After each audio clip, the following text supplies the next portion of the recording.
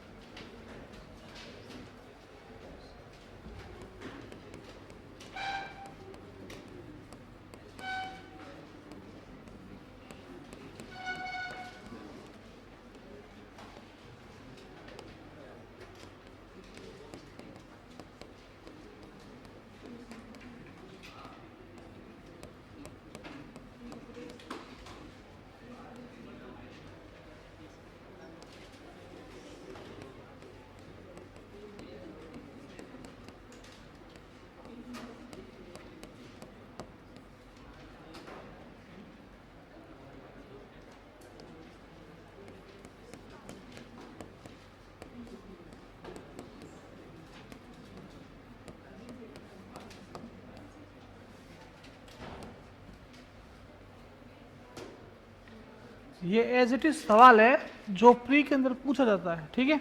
सवाल को लिखना पहले।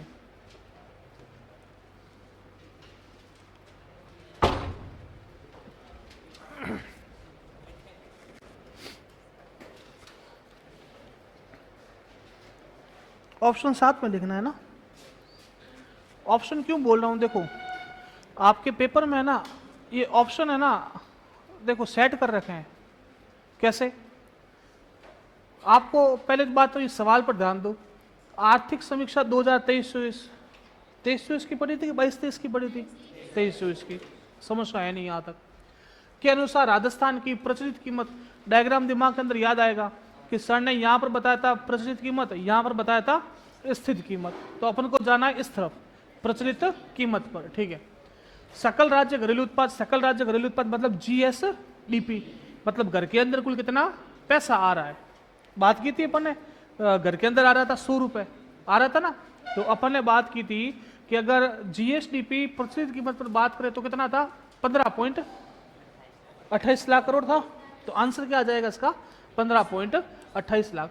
अब थोड़ी सी अगर गलती हुई, दुर्घटना घटी कब? जब सावधानी, हाँ थोड़ी सी सावधानी हटी, दुर्घटना, क्योंकि ये सब आंकड़े आपके पढ़े हुए हैं। देखो 8.45 पढ़ा हुआ है कि नहीं पढ़ा हुआ है?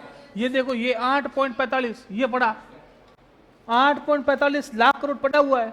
तो आपको एग्जाम में ये भी पढ़ा हुआ लगेगा, लेकिन ये है स्थिर कीमत पर, ये है प्रचलित कीमत।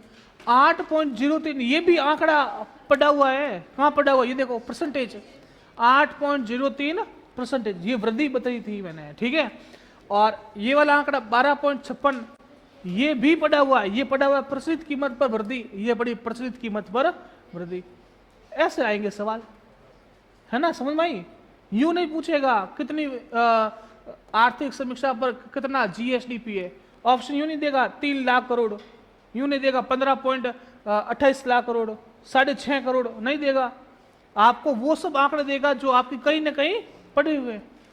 इसका ध्यान से समझना, एक एक आंकड़ा है ना, वो आप लोगों को दिमाग में सेट होना चाहिए। बात आई समझ में कि नहीं आई? चलो, मैंने आपको कल लास्ट GSDP करवाया था, डायग्राम आपने बनवा दिया था। फिर मैंने अगली चीज आपको लास्ट जाते जाते बताई थी, एनएसडीपी। क्या बताई थी? एनएसडीपी। एनएसडीपी क्या होता है? Net state domestic product. Net state domestic product, Hindi में बोलते हैं इसको शुद्ध राज्य घरेलू उत्पाद। देखो भाई, मैं वापस घर का एग्जांपल ले रहा हूं। मैंने कल आपको ये आपका घर बनाया था, ये रहा घर, ये घर का गेट, ठीक है। 3 लोग कमाने वाले थे, पिता, बहन और भाई। टोटल घर के अंदर पैसा आ रहा था 100 रुपए। बहन कमा रही थी 60 रुपए, पिता कमा रहे थे, भाई कमा रहा था 25 और पिता कमा रहे थे 15। ये मैंने दिमाग के अंदर ये एग्जांपल सेट रखना, कभी भी कोई गलती नहीं होगी, है ना। ये आंकड़े भी सेट करना, ठीक है। चलो, अब मैं ये सोच रहा हूं कि 100 रुपए घर में आ रहे हैं घर में, लेकिन क्या वास्तव में 100 रुपए आ रहे हैं? क्या नहीं आ रहे। बहन स्कूल जाती है बस में, तो बस का किराया देती है, तो ये किराया कटेगा किसमें? कटेगा तो इसी में ही। भाई के पास उद्योग है, तो भाई के पास बहुत सारी टैक्सियां होगी या बहुत सारे टेम्पो होंगे जिसमें माल आता जाता है, क्योंकि कच्चा माल लाना पड़ेगा। अगर मैं फैक्ट्री में फर्नीचर का काम कर रहा हूँ, तो फर्नीचर में कच्चा माल क्या चाहिए? लकड़ी। तो लकड़ी लाने के लिए टैक्सी टेम्पो चाहिए कि नहीं चाहिए? माल भेजूंगा वापस, तो टैक्सी में ड्राइवर भी होगा, मशीनरी लगी हुई होगी, मशीनरी चलेगी। ऐसा थोड़ी घर में ये एसी लगी हुई है, एसी ऐसा थोड़ी कि खराब नहीं होती, खराब होती है ना, हर साल रिपेयरिंग करवानी पड़ती है। कारीगर आएगा, रिपेयरिंग करेगा, तो उसको पैसा देना पड़ेगा ना। ये पैसा कहाँ से जाएगा? यहीं से तो जाएगा, नहीं जाएगा क्या? हाँ। पिता कृषि करते हैं तो औजार चाहिएंगे, नहीं चाहिएंगे औजार? सिंचाई के लिए आप लोगों को मोटर लगानी पड़ेगी, पानी का बिल भरना पड़ेगा। तो पैसा आप कमाओगे ना, उसी से तो पैसा खर्च करोगे। मैं आपकी क्लास लेने आया हूँ यहाँ तक, तो क्लास का मुझे पैसा मिलेगा, तो क्लास का पैसा आया भी तो हूँ, बाइक पे आया हूँ ना, तेल जल रहा है, तो ये तेल डलवाऊंगा कहाँ से? इसी पैसे से डलूँ। तो घर पे मैं क्या पूरा अपना तनख्वाह लेके गया? क्या नहीं लेके गया, कुछ पैसा खर्च किया। और जो खर्च किया ना, मान लेता हूँ मैं 100 में से कुल 20 रुपए मैंने खर्च कर लिए। ये 20 कहलाता है हास। क्या कहलाता है? हास। जब मैं जीएसडीपी में से, किस में से? जीएसडीपी में से हास को माइनस करूंगा, तो आपके क्या निकल के आएगी? एनएसडीपी। अगर एनएसडीपी के मैं फॉर्मूले की बात करूं, तो एनएसडीपी का फॉर्मूला क्या है? जीएसडीपी माइनस हास। अगर हास की मैं अगर बात करूं, तो हास को मैंने बोला था कि अपन इसको इंग्लिश में क्या बोलेंगे? अपन इसको इंग्लिश में बोलेंगे डेप्रिसिएशन। क्या बोलेंगे? डेप्रिसिएशन। बात समझ में आ गई? ये डेप्रिसिएशन वास्तव में किसका होता है? जमीन का डेप्रिसिएशन होता है क्या? जमीन का नहीं होता, क्योंकि जमीन की कभी वैल्यू डाउन होगी? नहीं होती। मैं आज जमीन लेके बैठूंगा ना, तो आज मैंने जमीन ली 60 लाख में, अगले साल इस जमीन का वैल्यू हमेशा बढ़ेगा, 60 की जगह 80 होगा, लेकिन कभी भी 60 की जगह 40 नहीं होगा। कुछ चीजों का डेप्रिसिएशन होता है, जैसे मशीनों का होता है, ऑटोमोबाइल्स का होता है। ऑटोमोबाइल्स जैसे कार लोगे, बस लोगे, टेम्पो लोगे, स्कूटी लोगे, इनका डेप्रिसिएशन होता है, ठीक है। कुछ चीजों का डेप्रिसिएशन होता है, उसमें से कौन सी चीज शामिल है? जमीन। बिल्डिंग का भी होता है। आज ये बिल्डिंग है, आज नहीं बनी है, 1 साल बाद आप लोगों ने इसका यूज किया, तो क्या वापस पैसा लगाने की आवश्यकता नहीं पड़ेगी? लगेगी। बिल्डिंग का भी डेप्रिसिएशन होता है, ठीक है। तो जब आप जीएसडीपी में से डेप्रिसिएशन को माइनस करोगे, तो क्या निकलेगा? एनएसडीपी। बात समझ में आ गई? चलो, अब एक चीज और आती है, वो आती है पीसीआई। पीसीआई, इसको भी ध्यान से सुनना। पीसीआई को मैं इंग्लिश में बोलता हूं per capita income. Per capita income. Per capita income को मैं हिंदी में बोलता हूं प्रति व्यक्ति आय। प्रति व्यक्ति आय, ठीक है। चलो, आप मुझे बताओ कि आपके घर में पैसा कितना आ रहा था? 100 रुपए। आपके घर में मेंबर कितने थे? 3 कहाँ? मम्मी कहाँ जाएगी? हाँ, पैसा थोड़ी कमा रही, लेकिन है तो मेंबर 4। हाँ, गिनो ना, ऐसा थोड़ी ना। लो माँ, मेंबर कितने हो गए? 4। आप ऐसा थोड़ी है कि जो पैसा कमा रहा है, नहीं, माँ 4 तो मेंबर है 4। कुल क्या हुआ? आप मान लो कुल 5 मान लो, बस लो, स्वयं स्वयं कुल मेंबर 5, ठीक है। चलो 5 मेंबर। अब मैं बोलता हूं प्रति व्यक्ति आय कितनी है, बताओ कितनी आएगी? 20 रुपए। आप बताओ कितने प्रति व्यक्ति आय कितनी? अरे 20 रुपए, घर में 100 रुपए लेके आए क्या? नहीं लेके आए। कितना लेके आए थे? पैसा खुद आया घर में कितना? अब मुझे बताओ 100/5 करोगे कि 80/5 करोगे? 80। घर में जब 100 रुपए आई नहीं तो आप 100/5 कैसे कर लोगे? बात समझ में आई? घर में जितना पैसा आया बट्टा जितने सदस्य, तो 80/5 करूंगा, 80/5। हाँ बताओ कितना हुआ? 16। तो ये आपकी क्या हुई? प्रति व्यक्ति आय। अब मुझे राजस्थान की प्रति व्यक्ति आय निकालनी है, तो बताओ राजस्थान की प्रति व्यक्ति आय निकालने के लिए मैं क्या करूंगा? कौन सा फॉर्मूला बनाऊंगा? हाँ बहुत बढ़िया। क्या फॉर्मूला बना? यहां पर मैंने क्या किया था? जीएसडीपी कितनी? 100, घाटा कितना? 20। इन दोनों को क्या किया? माइनस, तो क्या निकला? एनएसडीपी। एनएसडीपी को किससे डिवाइड किया? आपके परिवार की जनसंख्या से। मुझे राजस्थान की निकालनी है, तो मैं क्या करूंगा? राजस्थान की एनएसडीपी बट्टा राजस्थान की जनसंख्या। हजारों बार सवाल आया आरएस प्री के अंदर कि आप प्रति व्यक्ति आय कैसे निकालोगे, तो मैं प्रति व्यक्ति आय निकालूंगा राजस्थान की एनएसडीपी, राजस्थान की एनएसडीपी बट्टा राजस्थान की जनसंख्या। बात समझ में आ गई कि नहीं आई? आ गई। 3 पॉइंट क्लियर। पहली बात, जीएसडीपी क्या होता है? जीएसडीपी होता है किसी वित्तीय वर्ष में राज्य की सीमाओं के भीतर जितनी वस्तुएं और सेवाएं बनती है, राज्य की सीमाओं के भीतर, उसका अंतिम मूल्य का योग क्या कहलाएगा? जीएसडीपी। बात समझ में आई? जीएसडीपी से हास कटाओगे तो क्या रहेगा? एनएसडीपी। अगर मैं एनएसडीपी में डिवाइड करूंगा राजस्थान की जनसंख्या, क्या आएगी? हाँ प्रति व्यक्ति आय, जिसको अपन बोलते हैं per capita income. 3 point clear. तीनों में किसी को कोई भी समस्या नहीं? पक्की बात मान लो। चलो अब ध्यान से सुनना, एक चीज और बता रहा हूं। कितनी चीज? एक चीज। अब एक एग्जाम्पल सुनना मुझसे, ठीक है? एग्जाम्पल क्या है? मैं किसान हूं। कौन हूं? किसान। मैं बाजार गया, बाजार से बीज लेके आया, बीज को मैंने जमीन में बोए, खेती की, सिंचाई की, मेहनत की, बहुत मेहनत की, है ना?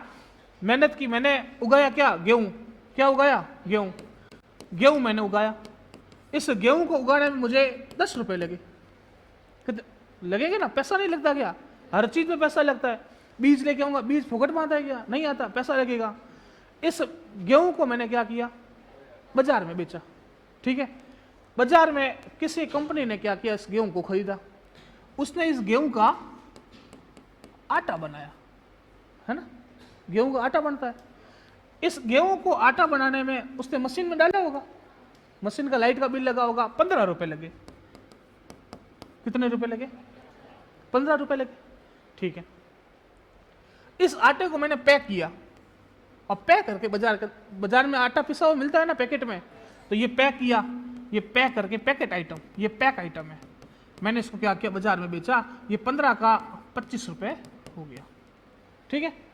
कोई दिक्कत नहीं। 25 रुपए पैकेट आइटम। आप बाजार में जाते हो, या आप इसको ऐसा मानो ये आलू है, आलू, आपने आलू को कसा, चिप्स बनाई, चिप्स बनाकर बाजार में बेचा, है ना? हो सकता है, कोई भी एग्जांपल हो सकता है। ये 25 रुपए तो मेरे घर में लागत लगी है, या मैं बाजार में बेचूंगा, लेकिन सरकार इस पर टैक्स भी तो लगाएगी, नहीं लगाएगी? टैक्स लगाएगी। इस पर मान लो टैक्स लगा, टैक्स लगा 10 रुपए। कितना लगा? माल कितने का पड़ गया? 35। तब एक नाम आप लोगों ने सुना होगा, अगर किसी ने सुना है ना मुझे बताना, ये नाम कभी सुना है? सुना है? कहां सुना है? कहां? नेशनल, कहां पर सुना है सब्सिडी नाम? हाँ बहुत बढ़िया, गैस में सुना है। आपको एक कहानी सुनाता हूं, सुनो। हाँ सुनो। प्रधानमंत्री नरेंद्र मोदी जब देश के प्रधानमंत्री बन रहे थे, तब उन्होंने कई, एक जगह आप लोगों ने कहीं ना कहीं न्यूज अवश्य पढ़ी होगी कि प्रत्येक के खाते में 10-10 लाख रुपए आएंगे, 12-12 लाख रुपए आएंगे। कहीं नहीं सुनी है आपने? तब पता है मोदी जी बने थे, तब उन्होंने क्या किया था? कि खाते खुलवाए थे, जनधन योजना, प्रधानमंत्री जनधन योजना आप लोगों ने सुनी होगी। प्रधानमंत्री जनधन योजना के तहत जीरो बैलेंस के साथ अकाउंट खोले थे सबके, है ना। तो मेरे घर वालों ने अकाउंट खुलवाए कि अकाउंट क्यों खुलवा रहे हो, तो कि मोदी जी खातों में 10-10 लाख रुपए डालेंगे। मेरे घर वालों ने खुलवाए खाते कि प्रधानमंत्री जनधन योजना के तहत खाते खोले जाएंगे। अब क्या होता था कि पहले आप लोगों ने अगर सुना हो, गैस की टंकी होती थी ना, वो गैस की टंकी आती थी 400 रुपए में, है ना। क्या वास्तव में 400 रुपए में गैस की टंकी आती थी कि नहीं आती थी? इसमें सरकार कुछ गैस की टंकी पर क्या देती थी, छूट देती थी। वह छूट अपन लोगों को पता नहीं होती थी कि 500 रुपए की वास्तव में गैस की टंकी आती थी 900 रुपए की, लेकिन अपन को कितने में पड़ती थी, 400 रुपए में, है ना। 500 रुपए कौन देती थी, सरकार। मोदी जी आए, मोदी जी ने बोला कि आपको पता पड़ रहा है कि गैस की टंकी पर 500 रुपए आप दे रहे हो, जैसे सरकार दे, नहीं पड़ता। वो मोदी जी ने बोला कि आप लोग जनता से 900 रुपए लो। कितने रुपए, 900 रुपए।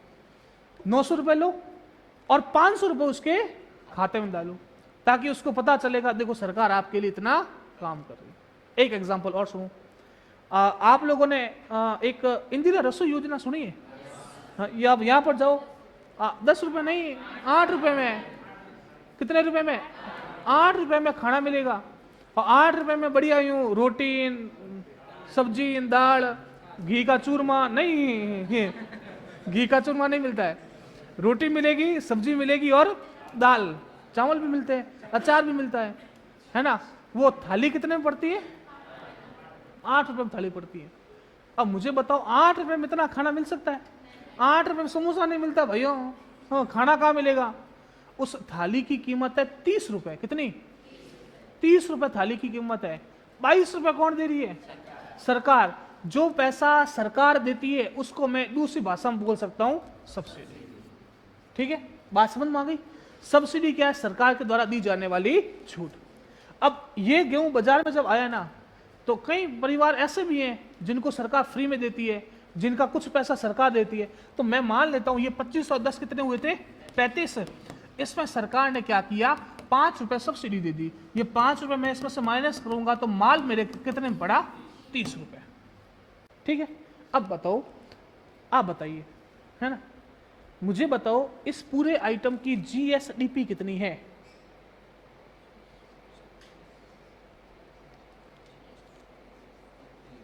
कितनी है जीएसडीपी? 30 है।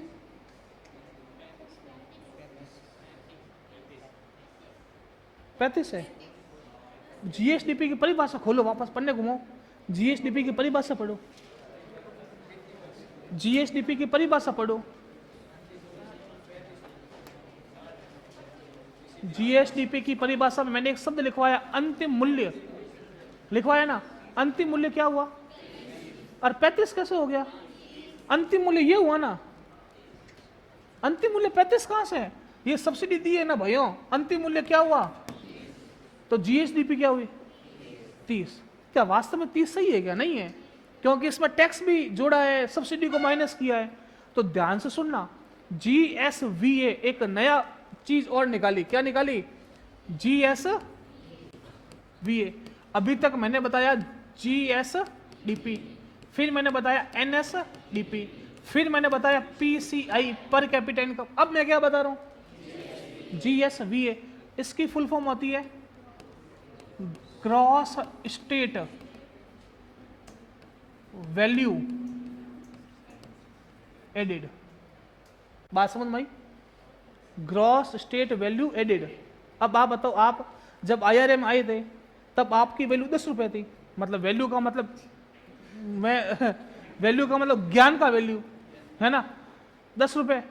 आज आप आईआरए से पढ़ के निकलोगे तो आपका वैल्यू एडिशन हुआ ना। तो वैल्यू एडिशन कैसे हुआ? आप लोगों ने फीस दी है, वैल्यू एडिशन कोई फ्री में थोड़ी होता है। अब मैंने क्या किया था, गेहूं था, उस गेहूं का पैकेट आइटम बनाया, तो वैल्यू ऐड की कि नहीं की? ऐड की ना। अब मैं लकड़ी का फर्नीचर लेके आया बाजार से, पहले तो लकड़ी लेके आया, उसका फर्नीचर बनाया, तो मैंने वैल्यू ऐड की है कि नहीं की है? तो इसमें क्या होता है, अपन देखते हैं कि कितनी वैल्यू ऐड की है। ठीक है, तो ध्यान रखना, कभी भी आपको जीएसवीए निकालना पड़ेगा ना, तो आपको कुछ नहीं करना। आप लोगों को पता है जीएसडीपी कितनी, पता है जीएसडीपी। इसमें से हमेशा टैक्स को क्या करोगे और सब्सिडी को क्या करोगे, प्लस। क्या करोगे, प्लस। अब मैंने एग्जांपल किसका दिया था, गेहूं का। अब सुनो वापस, मैं आपको बताता हूं कैसे जीएसवीए कितनी वैल्यू ऐड की। सुनो, जीएसडीपी कितनी थी, 35। अरे ठीक है, नहीं थी, सॉरी 30। आंकड़े मैं तो फिक्स थोड़ी रखता हूँ, मना लेता हूँ कभी मन से। 30, ठीक है, 30 रुपए थी। टैक्स कितना था, 10। टैक्स था 10। सब्सिडी कितनी थी, 5 प्लस 5। आंसर कितना आएगा,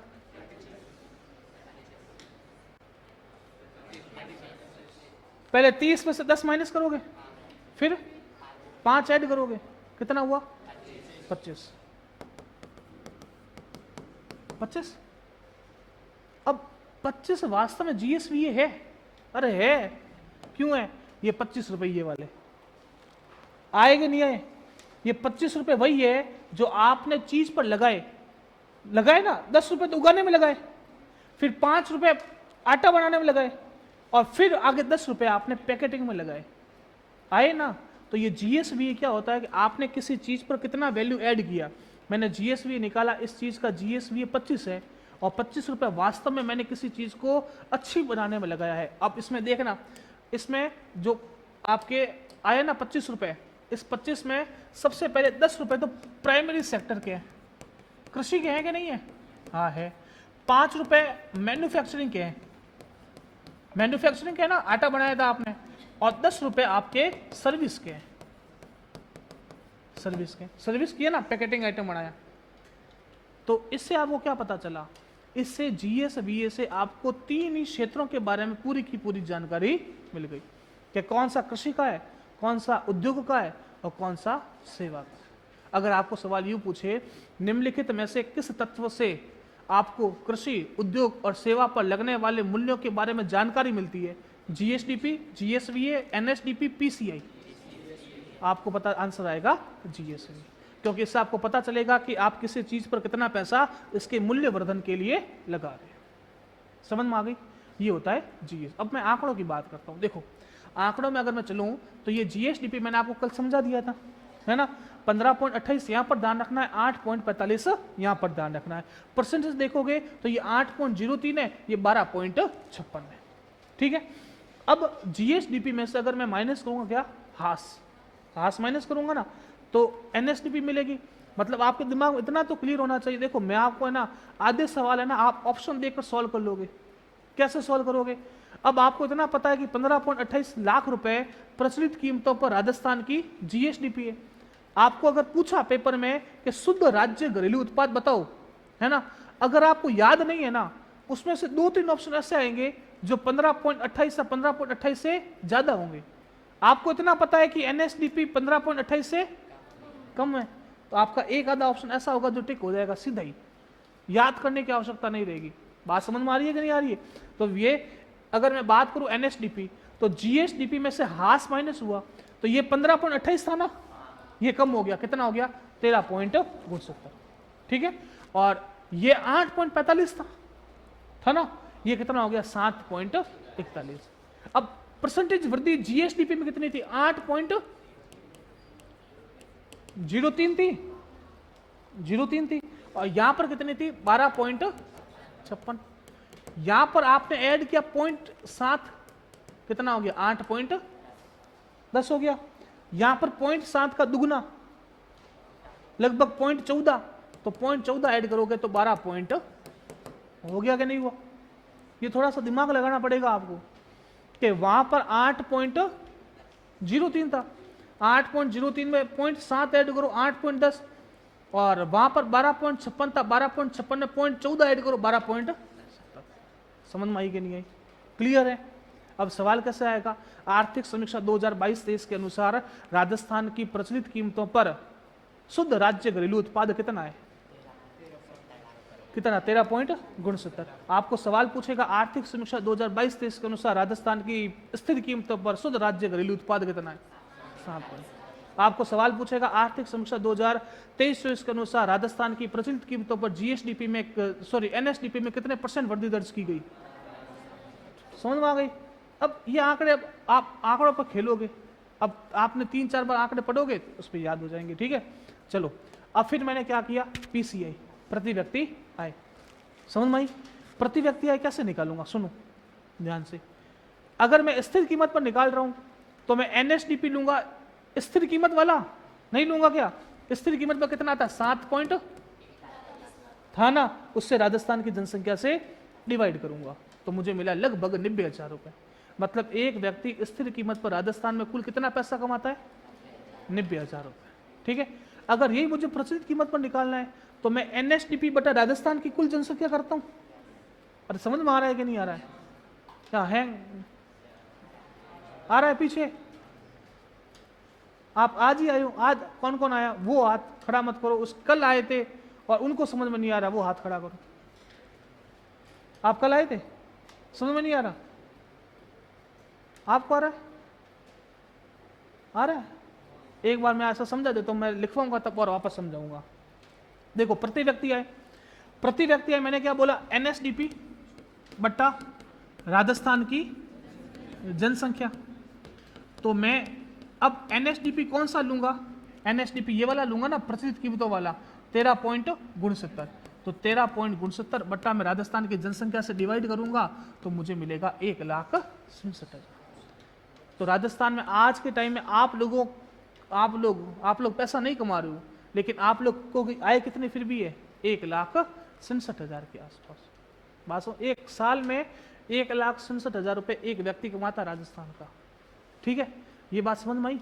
ठीक है, ये हो गया आपके पीसीआई, पर कैपिटा इनकम। ठीक है, अगली बात क्या आती है? जीएसवीए, ग्रॉस स्टेट वैल्यू एडेड, है ना, कितना वैल्यू ऐड किया। ठीक है, तो स्थिर कीमत पर कितना है?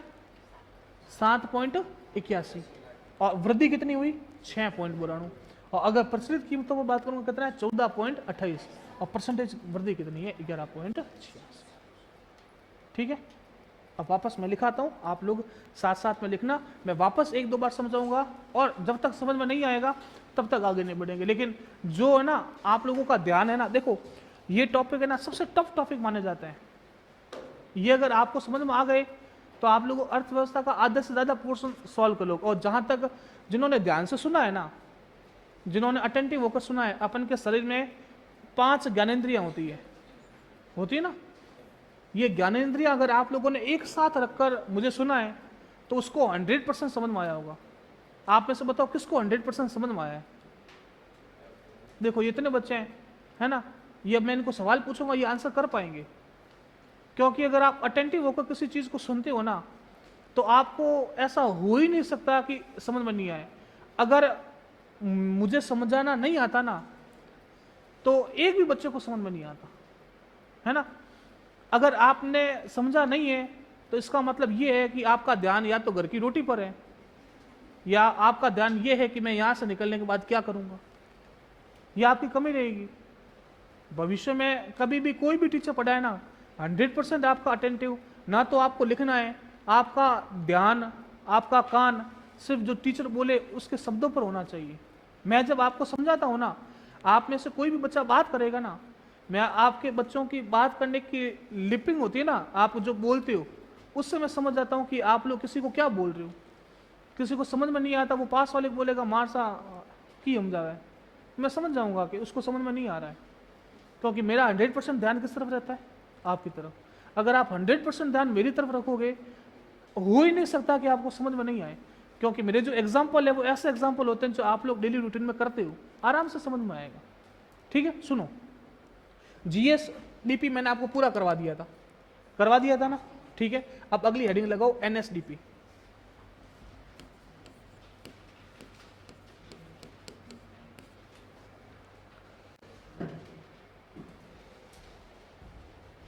धन्यवाद आपको बहुत बहुत।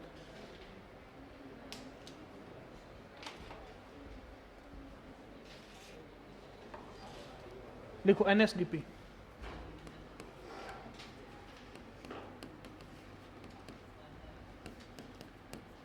Net state domestic product.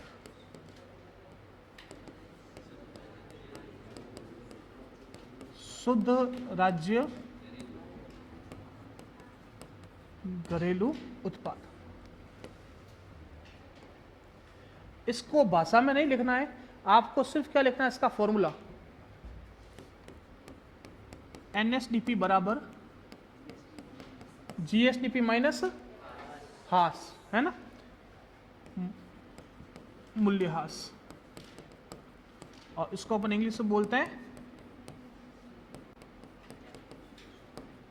Depreciation.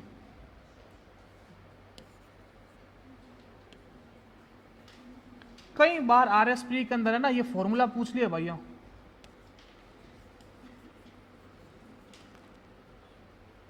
मूल्यह्रास।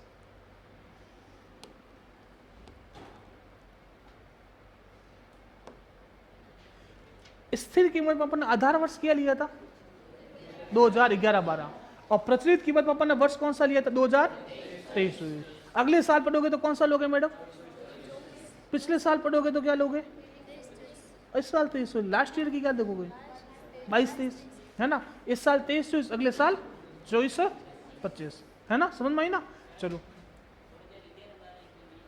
देखो 2011-12 के लिए बहुत नहीं ये हंसने की बात नहीं है, ये सवाल आप में से किसी के दिमाग में नहीं आया, इसने पूछा, क्यों पूछा, क्योंकि इसका दिमाग काम किया 2011-12 क्यों लिया, ये है ना, हर कोई नहीं पूछ सकता है सवाल।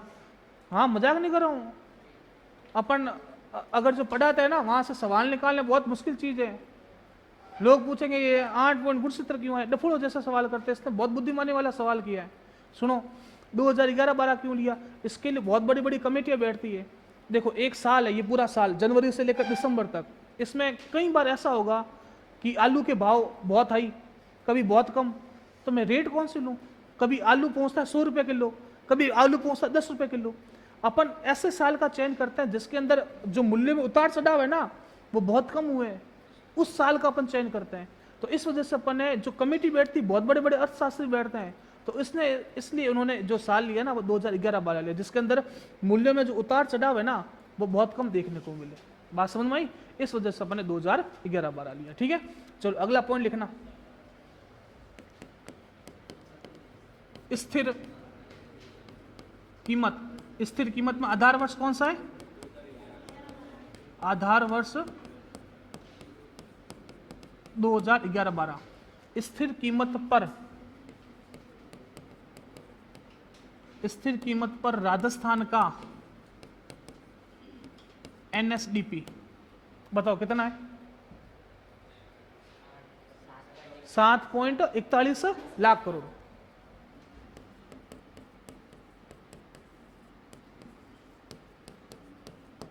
$7.41 लाख करोड़। और अगर मैं बात करूं स्थिर कीमत का दूसरा नाम कल क्या बताया था, बुनियादी कीमत, या इंग्लिश में क्या बोलते हैं कांस्टेंट प्राइस, है ना। प्रचलित कीमत, इसमें वर्ष कौन सा है 2023-24 पर राजस्थान का एनएसडीपी बताओ कितना आएगा 13.69।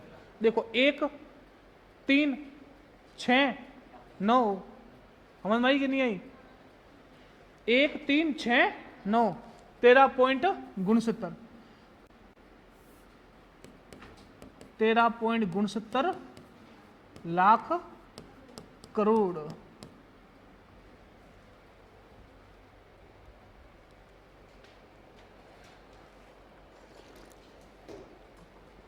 अगला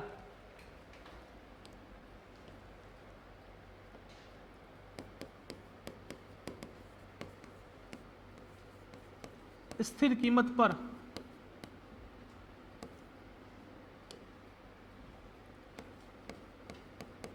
एनएसडीपी में कुल वृद्धि कितनी थी 8.03.7 अपन ने ऐड किया तो कितना आया 8.10, तो 8.10 10%।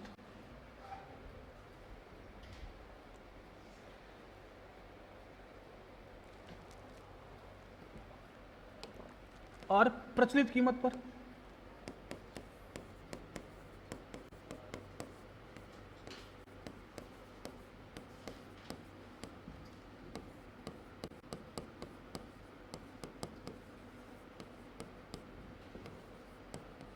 कितना आएगा?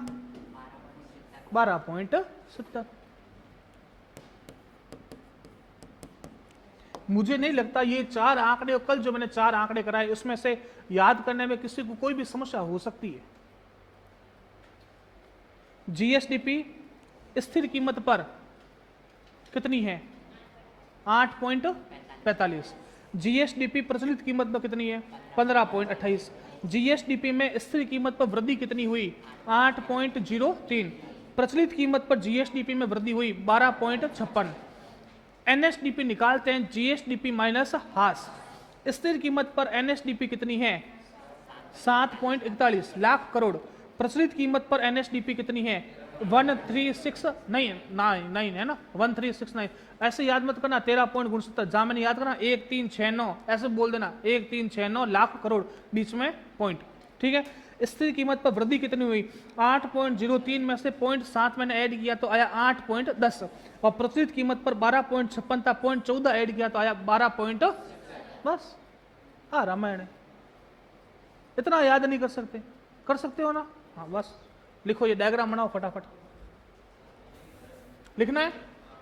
हाँ लिखो।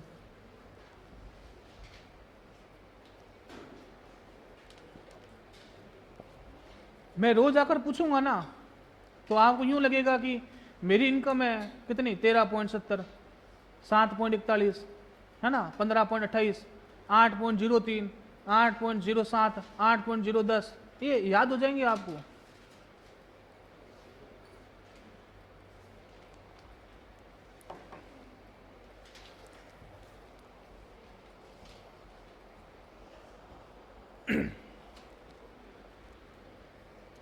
और मैं जो बीच में एग्जाम्पल देता हूं ना, ये सारे के सारे एग्जाम्पल, जैसे मैंने अभी योजना का नाम लिया प्रधानमंत्री जनधन योजना, ये योजना चलती है वास्तव में। आपको पूछेंगे प्रधानमंत्री जनधन योजना के तहत क्या हुआ? हाँ पेपर में आते हैं, मैं मजाक नहीं कर रहा हूं। मैं जो एग्जाम्पल दूंगा ना वह कहीं ना कहीं आपके ज्ञान से संबंध होगा। मैं कोई यूं फालतू एग्जाम्पल कभी नहीं देता। ये जनधन योजना के तहत फ्री में बैंक खाते खोले थे आपके। आप कभी एसबीआई जाना या कोई बैंक जाना, उसको बोलना 0 बैलेंस के साथ मेरा खाता खोलना है, वो लपटे के बाहर निकालेगा। मजाक नहीं कर रहा हूं। 0 बैलेंस के साथ बैंक को क्या मिला भाई? बैंक को क्या मिला? आप अगर खाता खोलोगे ना, कम से कम आपको 5,000 रुपए खाते में रखने पड़ेंगे, तब जाकर खाता खुलता है। नहीं तो 0 बैलेंस के साथ मोदी जी ने खाता खुलवाया था। योजना का नाम क्या था? प्रधानमंत्री जनधन योजना। हाँ लिखो, ये डायग्राम बना दो फटाफट।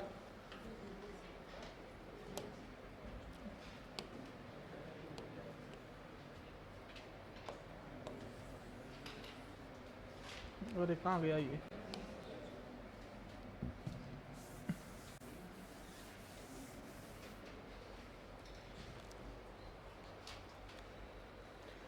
प्रचलित मूल्यों को इंग्लिश में क्या बोलते हैं? करंट, है ना। करंट खाता भी होता है। आपने इकोनॉमिक्स पढ़ी है क्या राजस्थान की, इंडिया की? नहीं पढ़ी? ठीक है। करंट खाता भी होता है। एक आता है सेविंग अकाउंट। आपका बैंक में कौन सा खाता है? बचत खाता। बचत को इंग्लिश में बोलते हैं सेविंग। एक खाता आता है करंट अकाउंट, जिसको अपन बोलते हैं चालू खाता। कौन सा? काफी बार व्यवसाय होता है ना, मैं बहुत बड़ा व्यापारी मान लो हूँ, है ना, मानना है, ठीक है, तो मेरे को बहुत बड़े बड़े ट्रांजैक्शन करने पड़ते। कभी ये आया साहब लाख रुपए माल दिया था, कभी ये आया लाख रुपए, कभी वो आया माल 50,000 रुपए। घर पे थोड़ी लेके जाऊंगा 50,000 लाख रुपए। मैं क्या करूंगा, शाम को जब दुकान डोडी करूंगा ना, डोडी का मतलब क्या होता है? हाँ मंगल। कभी बंद नहीं बोलते, ध्यान रखना, ये अर्थव्यवस्था के कुछ नियम है। दुकान बंद मतलब पाटिया साफ। हाँ दुकान जब मंगल करते हैं ना, तो मैं पैसा घर पे नहीं लेके जाता। रिस्क कौन लेके जाए घर पे? तो मैं अपने खाते के अंदर क्या करूंगा, जमा करा दूंगा। सेविंग अकाउंट में आप लोग दिन में बोलते ना 20,000 से ज्यादा नहीं उठा सकते, 50,000 ज्यादा नहीं उठा सकते। लेकिन चालू खाते के अंदर आप लोग दिन में कितनी बार भी ट्रांजैक्शन करो, कोई मनाही नहीं है। ये होते फर्क करंट अकाउंट और सेविंग अकाउंट में। समझ में आ रही बात है? हाँ, ये छोटे छोटे बातें ध्यान रखनी चाहिए। कभी बैंक में खाता खोलाने जाओ, वहां पर लिखा आएगा सेविंग, करंट और 2-3 नाम लिखे हुए आएंगे, पता होना चाहिए। सर ने बताया था करंट मतलब चालू, बिजनेस अकाउंट करंट अकाउंट का ये हिस्सा है। जिस तरह से करंट अकाउंट है, करंट अकाउंट आप भी खुला सकते हो, फर्म होनी जरूरी नहीं है, लेकिन बिजनेस अकाउंट के लिए फर्म होनी जरूरी है। फर्म का मतलब आप लोगों ने देखा होगा, नाम लिखा होता है मैसर्स फलाना फलाना लिमिटेड, हाँ वो होती फर्म।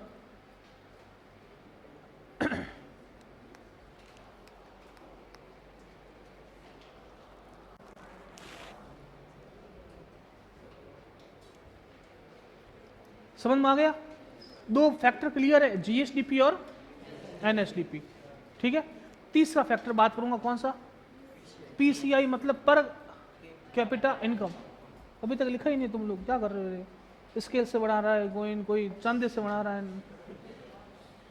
अरे फटाफट आरएस की तैयारी कर रहे हो कि तुम लोग 10वीं 12वीं के प्रैक्टिकल के वाइवा नोट्स तैयार कर रहे हो?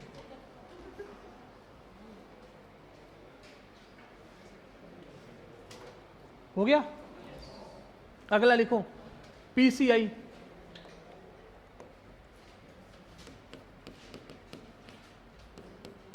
पर कैपिटा इनकम, हिंदी में बोले तो प्रति व्यक्ति आय।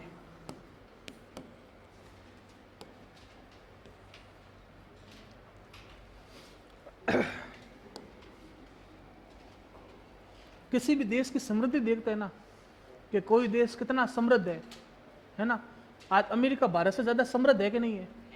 पता कैसे चला? किसी भूमि ना के बोला, बाबे ना के बोला, नहीं, पीसीआई से पता चलता है कि भारत की पीसीआई 1,67,000 है ना। अमेरिका की पीसीआई देखोगे ना भारत में कैलकुलेट करके 7 लाख 8 लाख के आसपास आएगी। अपन का कितना, 1,67,000। और अमेरिका के डॉलर चलते हैं वहां पर, उसको रुपये में चेंज करके देखो, वहां पर एक आदमी अगर चेंज करेंगे ना रुपये में तो 7 से 8 लाख।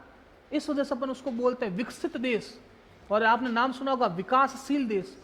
विकासशील का मतलब विकसित की ओर अग्रसर, और विकसित मतलब डेवलप हूं। समझ में आया? आप विकासशील हो मतलब नौकरी की ओर बढ़ रहे हो, मैं क्या हूं, विकसित, नौकरी लग चुकी है, ये फर्क होता है, ठीक है। पीसीआई, इसका फॉर्मूला लिखना, पीसीआई एनएसडीपी बटा राजस्थान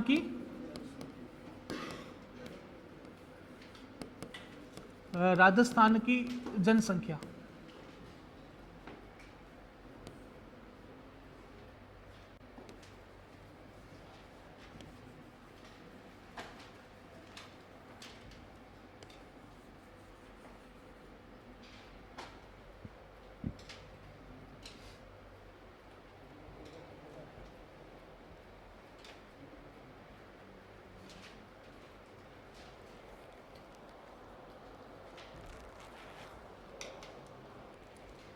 बात करूं आगे? फॉर्मूला लिखना है, बाकी कुछ नहीं करना है। लिखो, भाषा के रूप में 2 बातें लिखवा रहा हूं, लिखते रहना भाइयों, है ना, साथ साथ में। पीछे रह गए तो रह जाओगे।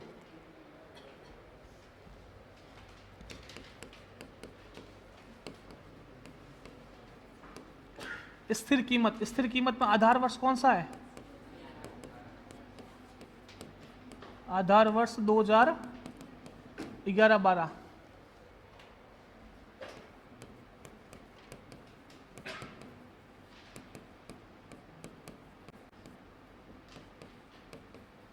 कितनी है राजस्थान की प्रति व्यक्ति आय स्थिर कीमत पर? 67,000, सॉरी 90,831। 1,67,000 यहाँ पे आ जाएगा, 90,831 रुपए। यहाँ पर लाख करोड़ मत कर देना गलती से। हाँ, लाख करोड़ एक जने की आय कितनी? 90,831। हाँ हाँ, तुमको आरएस में कोई नहीं लेगा फिर।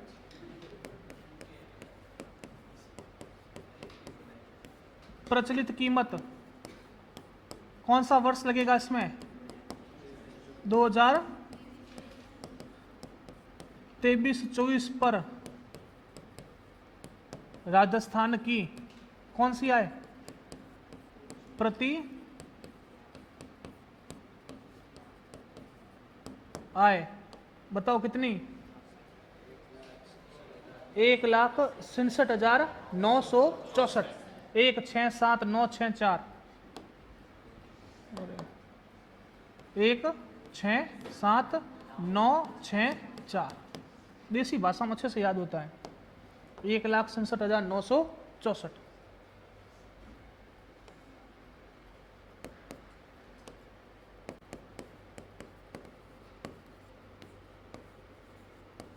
स्थिर कीमत पर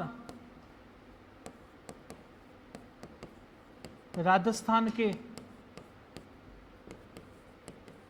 प्रति व्यक्ति आय में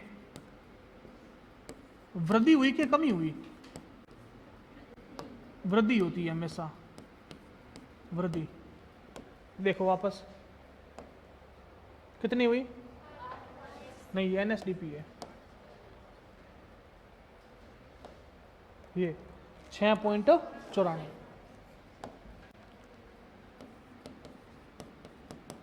6.94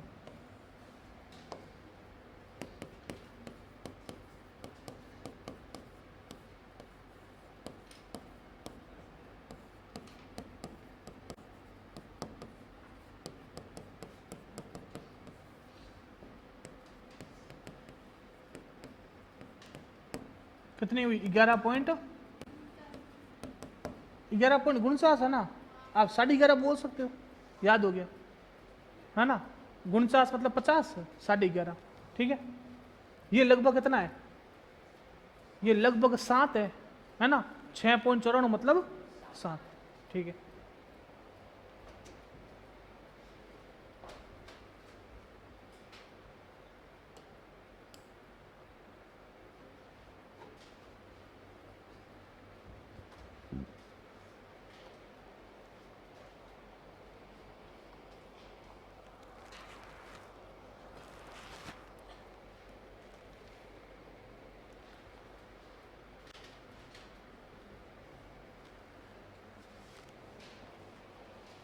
चलो बताओ जीएसडीपी स्थिर कीमत पर कितनी? 8.45। सब लोग बोलना, जिसको याद नहीं है वो बोलोगे तो याद होगा, बाका फाड़ने से याद नहीं होगा, ध्यान रखना। प्रचलित कीमत पर कितनी? 15.28 है ना। एनएसडीपी स्थिर कीमत पर कितनी? 7.41। और अगर पूछो एनएसडीपी प्रचलित कीमत पर कितनी? 13.69 है ना। 1,369, ठीक है। पीसीआई अगर बात करूं स्थिर कीमत पर कितनी? 90,800। और अगर मैं बात करूं प्रचलित कीमत पर कितनी? 1,67,964 है ना।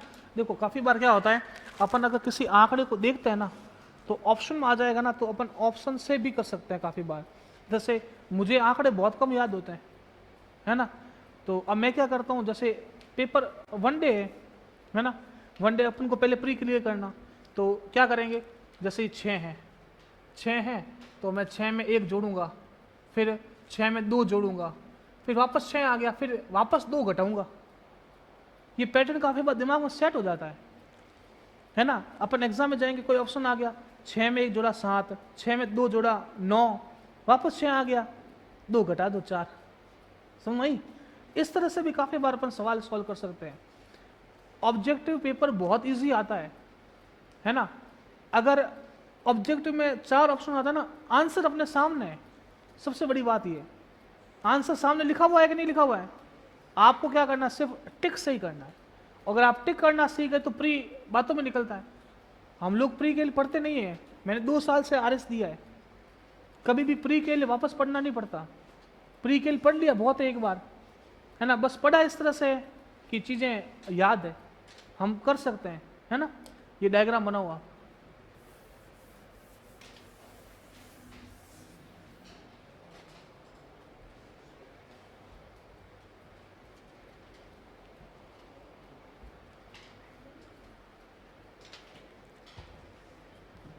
दो घंटे क्लास आपके लिए ज़्यादा थोड़ी है। ये बोरिंग तो नहीं लग रहा कि यार आंकड़े आंकड़े हैं। कुछ को नींद आने लग जाती बोरिंग लगने लगना तो सर बोल देना कि सर बहुत ज़्यादा हो गया है ना, छोड़ दो।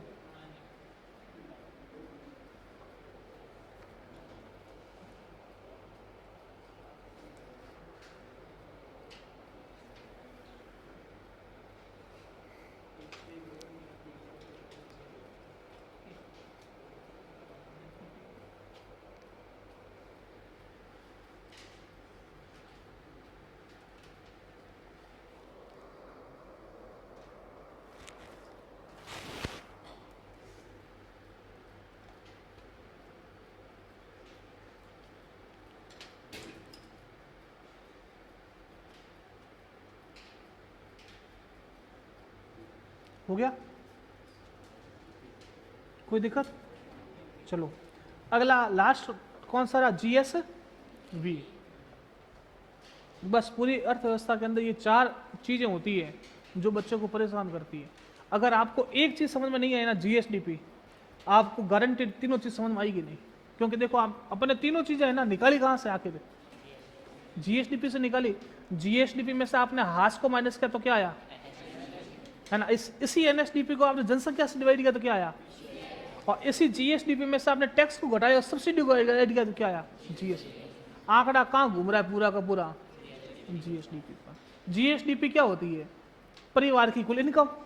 लेकिन परिवार की इनकम एक साल के अंदर, और वह परिवार जो चारों तरफ सीमा पैक, और सीमा से बाहर जाओगे तो मामला सेट नहीं होगा, है ना। चलो GSVA।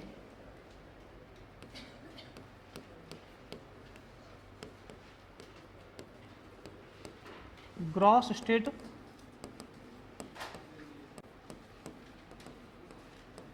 वैल्यू एडिड, इसका हिंदी नाम लिखना है सकल राज्य मूल्य वर्धन। सकल राज्य, हाँ मूल्य वर्धन, हर्षवर्धन नहीं, मूल्य वर्धन है।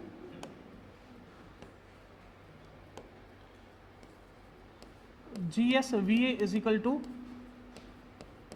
GSDP माइनस टैक्स को हिंदी में क्या बोलते हैं, कर, कर प्लस सब्सिडी।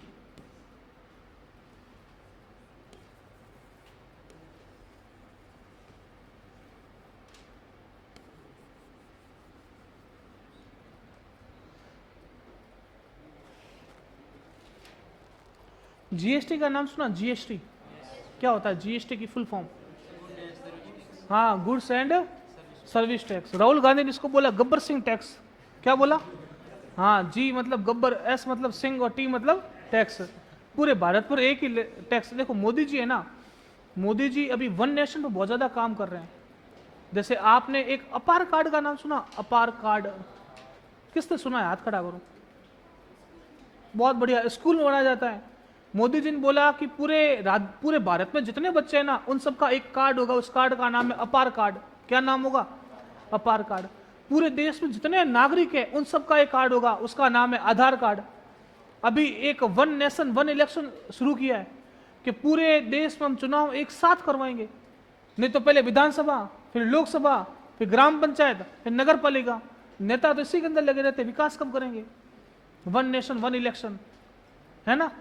तो वन नेशन वन टैक्स के तहत उन्होंने शुरू किया था GST, goods and service tax, one nation one tax. ठीक है, लिखो इसमें डायग्राम बना लो। आप भाषा में लिखो क्या, लिख लो भाषा में।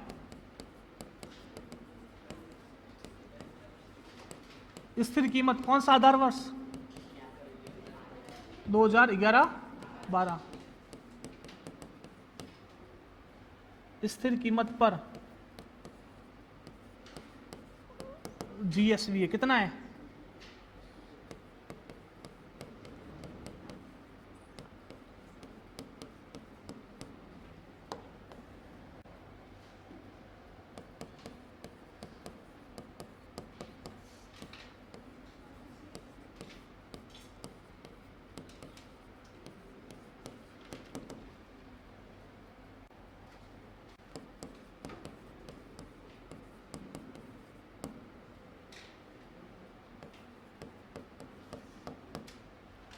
देखो डबल हो रहा है कि नहीं हो रहा है, डबल हो रहा है कि नहीं हो रहा है, ये 7 है वो 14 है ना। चलो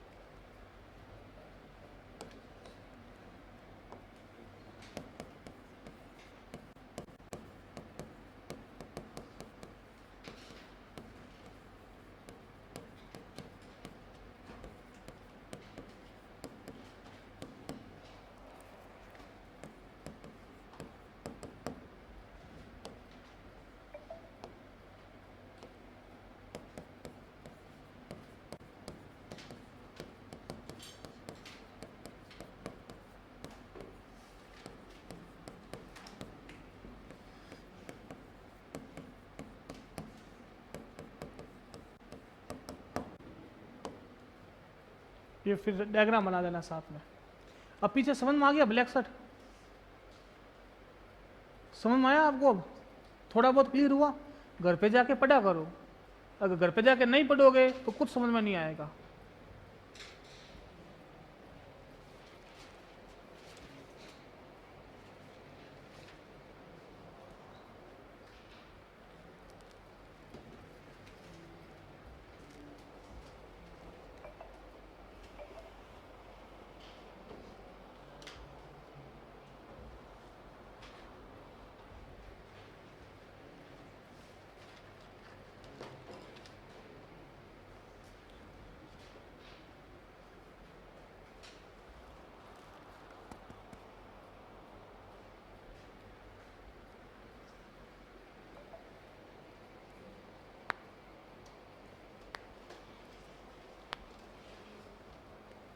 आगे चले,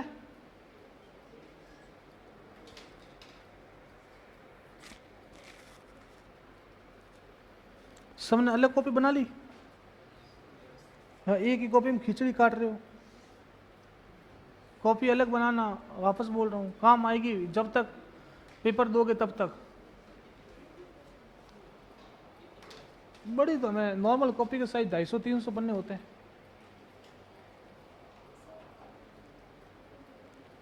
क्या हुआ, जाना है, हाँ जाओ।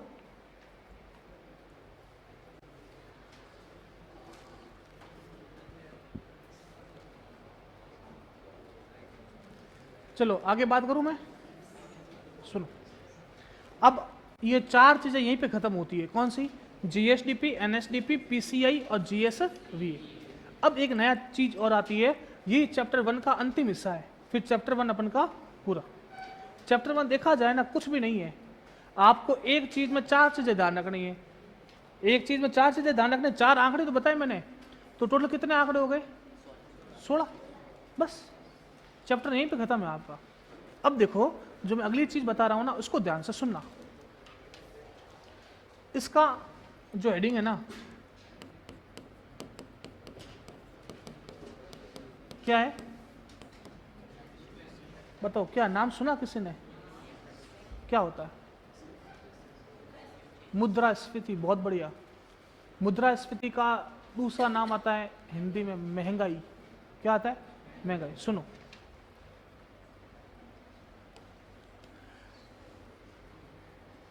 ये एक गिलास है, ये दूसरी गिलास है, इसमें पानी यहां तक भरा हुआ है, पानी, ये गिलास ए है, बी है, ठीक है। आप मैडम बताइए, दोनों गिलासों में पानी किस में कम है, बी में कम है। आपने क्या किया, बी में कम है, किससे कम है, आपने तुलना की ना। जब भी मैं आपको पूछूंगा ना कि आपके नंबर इसके नंबर से ज्यादा है कि कम है, हमेशा ज्यादा या कम होगा ना, वहां पर कहीं ना कहीं आप देखोगे तुलना शब्द आएगा, आप कंपैरिजन करोगे। मैंने पूछा दोनों अब मैं पूछता एक गिलास दूं और पूछूं बताओ पानी कम है कि ज्यादा है, और किससे कम है किससे ज्यादा, करोगे कि नहीं करोगे। चलो अब मैं आपसे पूछूं, चलो आप बताइए, राजस्थान में महंगाई बढ़ी है कि घटी है, बढ़ी, बढ़ी कैसे बढ़ी है, अरे इंटरनेट सस्ता हो गया साहब। पहले इंटरनेट कभी पता चला कि 2015-16 के अंदर आप लोगों ने कभी यूट्यूब चलाया हो? उस समय भी यूट्यूब आता था, लेकिन यूट्यूब चलाया नहीं, जैसे पूरा नेट गया नहीं। आज आप में से सब लोग क्या चला रहे हो? कहाँ महंगाई बढ़ी है? बढ़ी है? अब बढ़ी है तो बढ़ी, आप किसके कंपैरिजन में बोल रहे हो? सोने के भाव, मैडम को सोने के भाव याद है? नहीं, देखो सुनो, कभी भी आप लोग है ना महंगाई की बात करोगे ना, मैं पहले तो ये बात बोलूंगा भाई, आप अगर महंगाई की बात करो तो आप वर्ष बताओ, है ना? तो सबसे पहले आपको क्या चाहिए? वर्ष। मैं पूछूंगा कि चलो आप सोने के भाव की बात करो, बताओ 2000 में आप लोग बोलो कि 2000 में सोने के भाव 10,000 रुपए थे। आज के टाइम सोने के भाव कितने हैं? 88,000, 80,000। आप बोला ना ये, आपने बोला सोने के भाव बढ़े, तुलना किससे की? वर्ष से की ना। 2000 में इतना था, आप ये बोलोगे सर 2023 में 50,000 थे, 40,000 थे, 60,000 थे, आज 80,000 है। कंपेरिजन किया ना, ऐसा हवा में तो टेक नहीं सकते कि बढ़े हैं। बढ़े किससे हैं? तुलना। एक तो आपको चाहिए वर्ष, दूसरी चीज आपको चाहिए ना, वह चाहिए वस्तु या सेवा। कंपेरिजन के लिए क्या चाहिए? वस्तु या सेवा। जैसे मैं बोलूंगा कि महंगाई बढ़ी है, तो भाई महंगाई बढ़ी, किसकी बढ़ी? घी की बढ़ी है, तेल की बढ़ी है, इंटरनेट सस्ता हुआ है, पानी महंगा हो गया होगा, है ना? या रहन सहन महंगा हो गया, एशिया महंगी हो गई, टीवी महंगी हो गई। तो दूसरी मुझे चाहिए वस्तु या सेवा। ठीक। अब तीसरी चीज सुनो, मेरे को ये पेन चाहिए था, पेन। ठीक है, पेन मैं बोलूं कि मैं 100 पेन लेकर आया 10 रुपए में, ये बोलेगा कि सर मैं कल पेन लेकर आया 20 रुपए में, लेकिन मैं क्या बोल रहा हूं, मैं 100 पेन लेकर आया 10। आप है ना कभी बाजार जाना, आप बोलना कि मुझे पेन का पैकेट चाहिए, वो आपको 4 रुपए में एक पेन दे देगा। और आप जाना बोलना कि मुझे पेन चाहिए, वो 5 रुपए में एक पेन देगा। नोटिस किया? इसका मतलब क्या?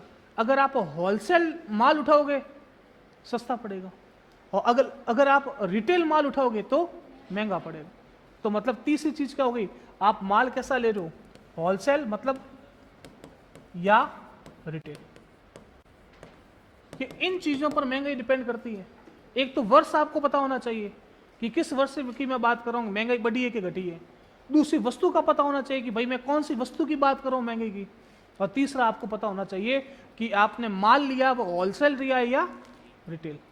आप घी लेने जाते हो बाजार, कोई जाना जाता होगा, घी का डब्बा 9,000 रुपये है मान लो, ठीक है, लेकिन मेरे घर पे शादी थी, मुझे 20 घी के डब्बे चाहिए, तो उसने मुझे 8,000 में दे दिया। कितने में दे दिया? ये बोलेगा महंगाई बढ़ी है, मैं बोलूंगा नहीं भाई 8,000 का डब्बा, वो कहते नहीं सर 9,000 का डब्बा है। ये भी सही है, मैं भी, क्योंकि इसने किस में लिया और मैंने किस पे लिया? होलसेल में।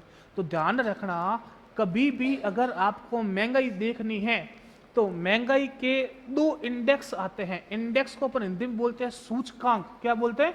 सूचकांक। एक जो महंगाई का इंडेक्स आएगा वो आएगा WPI, और एक जो इंडेक्स आएगा वो आएगा CPI, है ना? WPI मतलब होलसेल प्राइस इंडेक्स, और दूसरा CPI मतलब कंज्यूमर प्राइस इंडेक्स।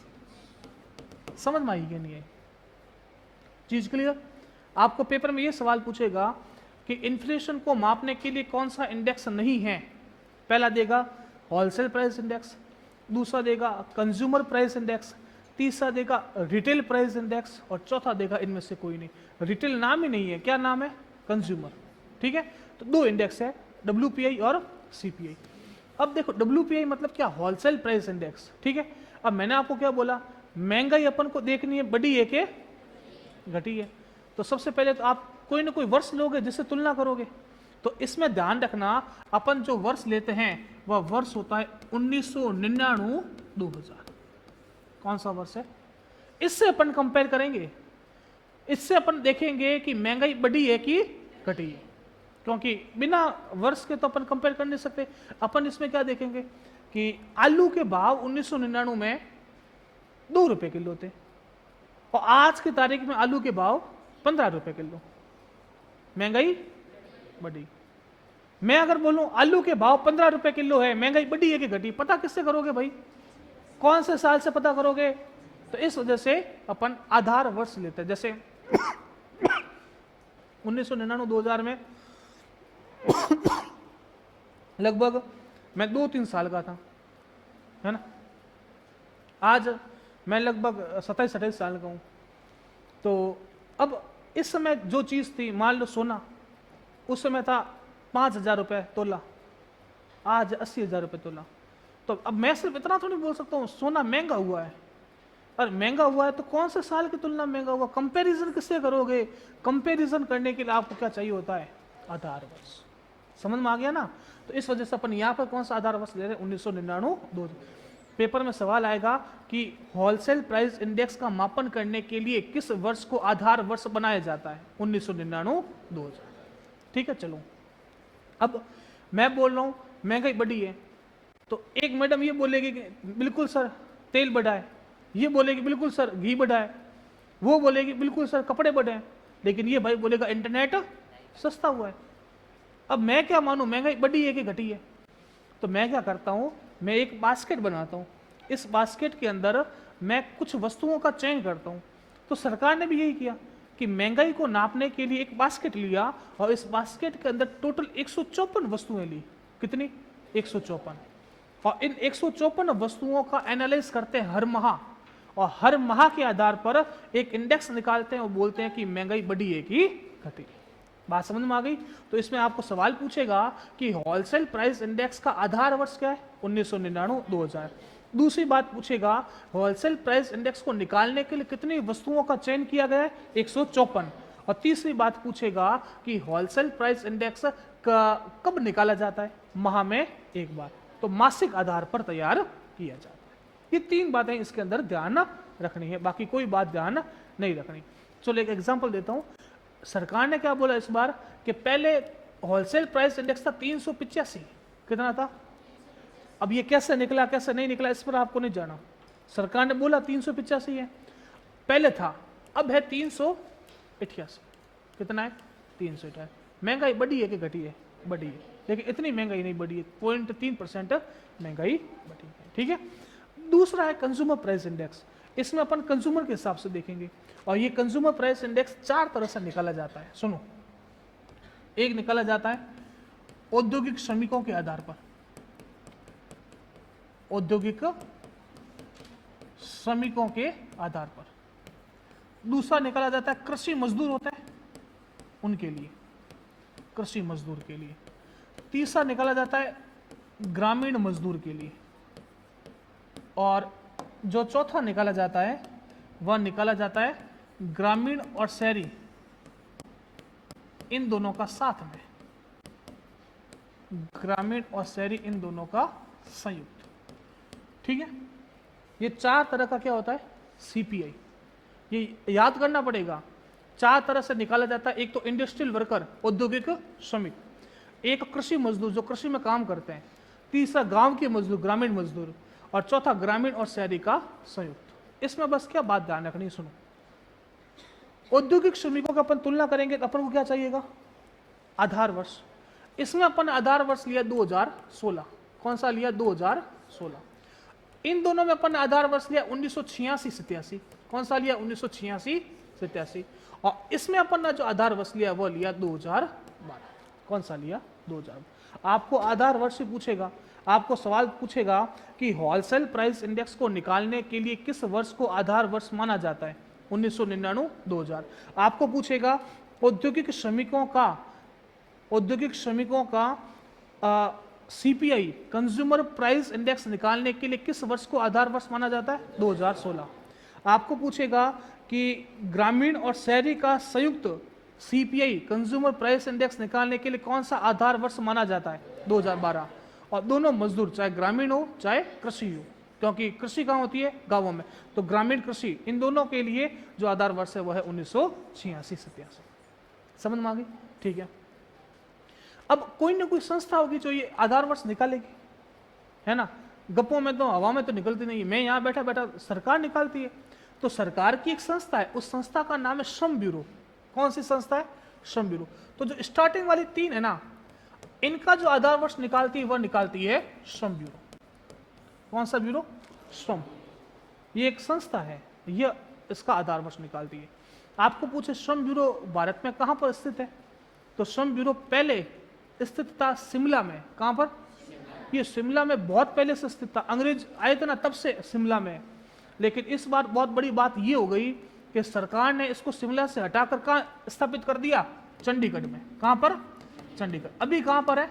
चंडीगढ़ में। बात समझ में आ गई कि नहीं? तो अभी वर्तमान में कहां है? चंडीगढ़। चंडीगढ़ किसकी राजधानी है? पंजाब और, हाँ बताओ, चंडीगढ़ राज्य है कि केंद्र शासित प्रदेश? केंद्र शासित प्रदेश। भारत में कितने राज्य है? 28। मैडम आप बताइए, भारत में कितने केंद्र शासित प्रदेश है? 9। कब हो गए? कल तक 8 थे। 8 ही है। कितने? पहले 7 थे। कितने? फिर जम्मू कश्मीर राज्य को तोड़ा, 2 केंद्र शासित प्रदेश, कितने बन गए? 9। फिर दादरा नागर हवेली और दमन और दीव, इन दोनों को मिलाकर 1 किया, कितने बन गए? 8। अब वर्तमान में 28 राज्य और 8 केंद्र शासित प्रदेश है। तो ये जो श्रम ब्यूरो चंडीगढ़ के अंदर है। कहां पर है? चंडीगढ़। अब देखो, ये तो 3 किसने निकाल दिए? श्रम ब्यूरो ने। अब पीछे कौन सा रहा? ये संयुक्त वाला है ना, ये संयुक्त वाला निकालता है एनएसओ, सॉरी सीएसओ। क्या निकालता है? सीएसओ। सी मतलब सेंट्रल, एस मतलब स्टैटिस्टिक्स और ओ मतलब ऑर्गेनाइजेशन। सी मतलब सेंट्रल मतलब केंद्रीय, स्टैटिस्टिक्स मतलब सांख्यिकी और ओ मतलब ऑर्गेनाइजेशन, केंद्रीय सांख्यिकी संगठन।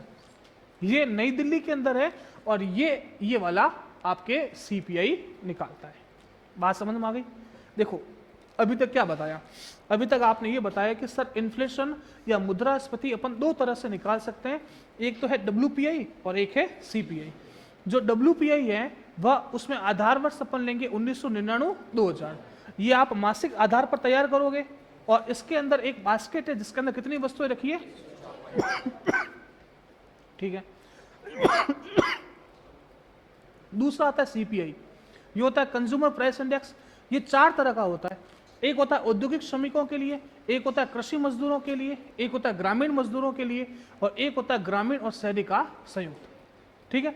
औद्योगिक श्रमिकों का निकालोगे जब आप आधार वर्ष लोगे 2016, जब आप संयुक्त निकालोगे तब आधार वर्ष लोगे 2012, पर जब आप कृषि या ग्रामीण मजदूरों का निकालोगे तब आप आधार वर्ष लोगे 1986-87। ठीक है। फिर आपने ये बताया कि जब आप औद्योगिक श्रमिकों का निकालोगे, आप कृषि मजदूरों का निकालोगे और ग्रामीण मजदूरों का निकालोगे, तो ये तीनों निकालने का काम एक संस्था करती है, उसका नाम है श्रम ब्यूरो, जो बहुत पहले तक स्थापित हुई थी और शिमला के अंदर थी, लेकिन लास्ट ईयर इसको शिमला से कहाँ स्थापित कर दिया? चंडीगढ़। और जो लास्ट में एक संस्था बताई आपने, ये संयुक्त वाली, ये निकालती है केंद्रीय सांख्यिकी संगठन। ठीक है। इतनी बातें हैं जो आप लोगों को इस इन्फ्लेशन के अंदर ध्यान रखनी है। ठीक है। चलो बताओ, शिमला किसकी राजधानी है? हिमाचल की कितनी राजधानियां हैं? हिमाचल की कितनी राजधानियां हैं? आप बताइए कौन सी है? हिमाचल की कितनी राजधानी है? 2 है। 2 कौन सी है? एक धर्मशाला और एक शिमला। ठीक है। उत्तराखंड की कितनी राजधानी है? 2। कौन कौन सी है? देहरादून और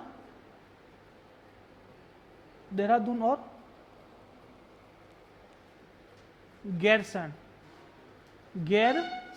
चलो एक बात बताओ कि ये ग्रीष्मकालीन और शीतकालीन राजधानी अलग अलग क्यों बनती है? ग्रीष्मकालीन और शीतकालीन राजधानियां अलग अलग क्यों बनती है?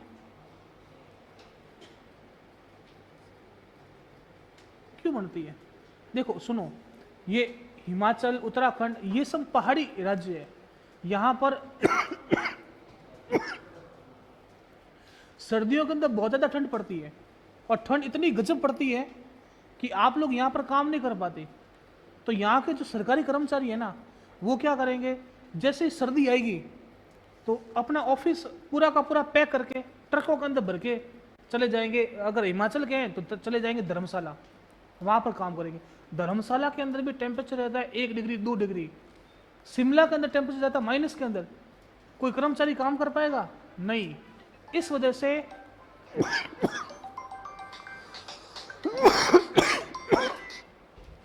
से इनकी कितनी राजधानी बनती है? 2। उत्तराखंड का भी यही सीन है। उत्तराखंड के अंदर भी टेम्परेचर बहुत माइनस के अंदर चला जाता है। इस वजह से वहां पर भी कितनी राजधानी बनती है? 2। चलो अब मुझे बताओ आंध्र प्रदेश की कितनी राजधानी है? 1। कौन सी? अमरावती। आंध्र प्रदेश की 3 राजधानी है। हाँ, अमरावती, कुर्नूल और विशाखापट्टनम। ध्यान रखना, पता नहीं होता अपन को। अपन आरएस की तैयारी कर रहे हैं, कितने महीने हो गए पढ़ते? हाँ, विशाखापट्टनम आंध्र प्रदेश में।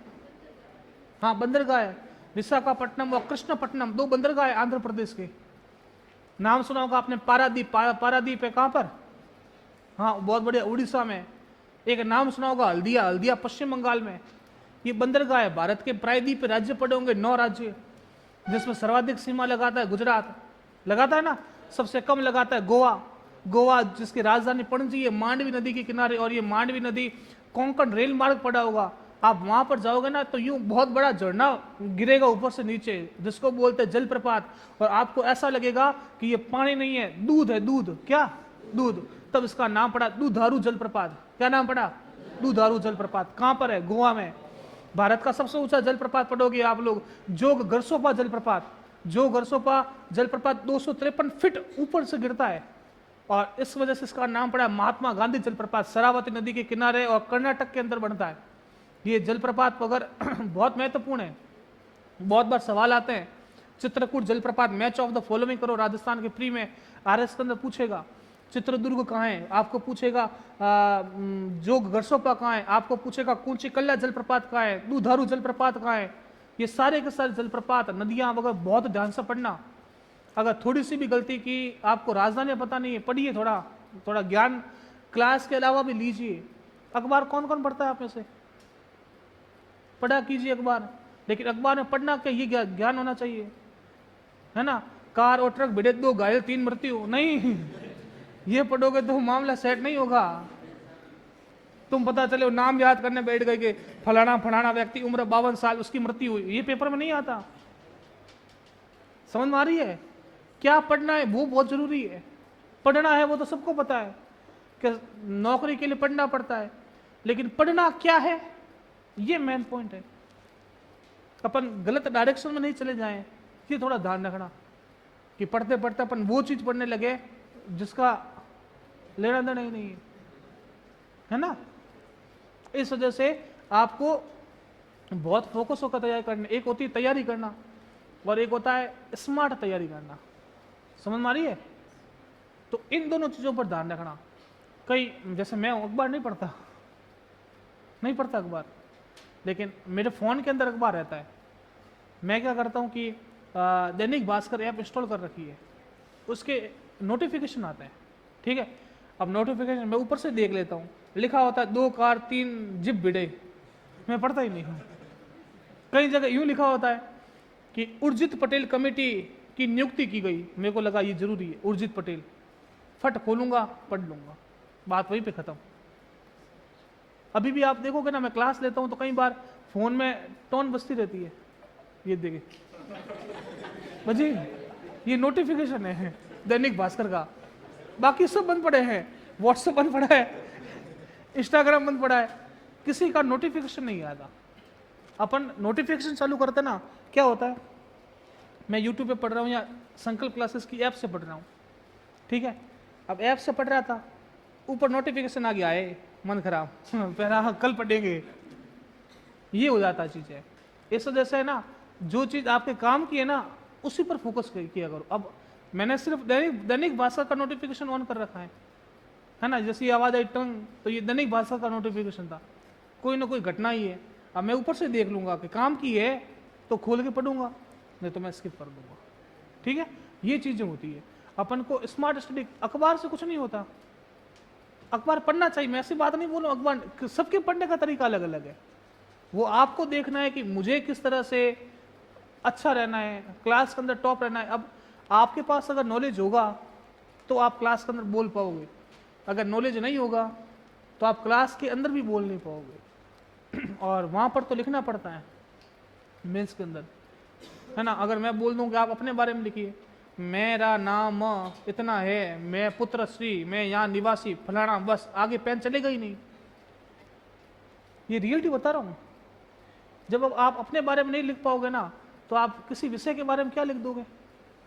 तब आपको चाहिए कमांड, चीजें दिमाग में सेट होनी चाहिए, पेन रुकना नहीं चाहिए मेंस के अंदर। पेन रुका मतलब गए काम से। पेन चलना चाहिए धड़ाधड़ धड़ाधड़ धड़ाधड़, मशीन की तरह, तब जाके कुछ बात बनती है ना। हमारा चलता है तो भी इंटरव्यू में नहीं चलता ना, तो फैक्टर एक काम नहीं करता, फैक्टर 10 काम करता है। आपको हर फैक्टर के अंदर आगे रहना है, पढ़ना है, बहुत पढ़ना है।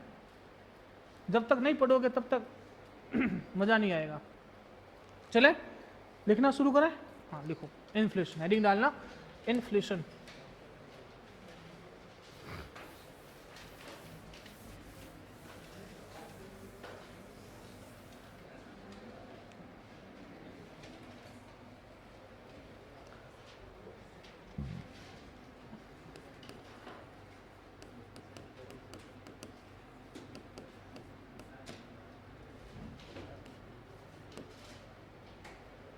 देखिए, इन्फ्लेशन की गणना के लिए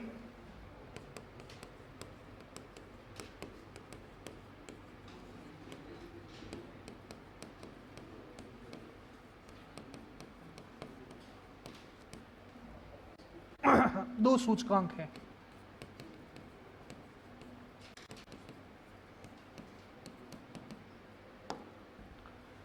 पहला WPI, wholesale price index. Wholesale को पर हिंदी में क्या बोलते हैं, थोक। थोक शब्द, माल थोक में उठाया बोलते ना, माल थोक, थोक मतलब लॉट में। थोक मूल्य सूचकांक हिंदी में बोलते हैं।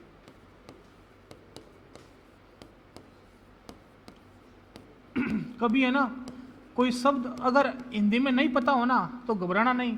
मैं या तो हिंदी में लिखूंगा या इंग्लिश में लिखूंगा, मेजर में इंग्लिश में तो लिखूंगा ही लिखूंगा। अगर मैं हिंदी में नहीं लिखवाऊंगा ना, इंग्लिश में तो लिखवाऊंगा ही लिखवाऊंगा। और अगर पेपर में कोई ऐसा शब्द आ गया आपके पढ़ा हुआ नहीं है, फट जाकर उसका इंग्लिश देख लेना, ये ध्यान रख लेना। ऐसा नहीं कि ये तो सब पढ़ा ही नहीं कभी, यूं शोक मत करना, जल्दी से जाकर उसकी क्या देख लेना, इंग्लिश। आपको पता चल जाएगा वो शब्द कहीं ना कहीं पढ़ा हुआ है। इसका आधार वर्ष क्या होगा,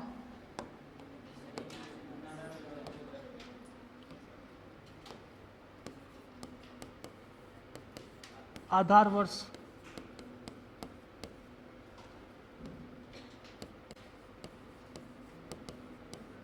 1999 2000।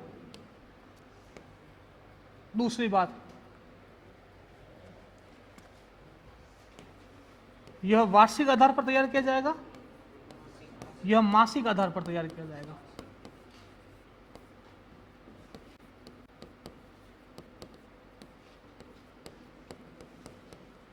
यह मासिक आधार पर तैयार किया जाएगा।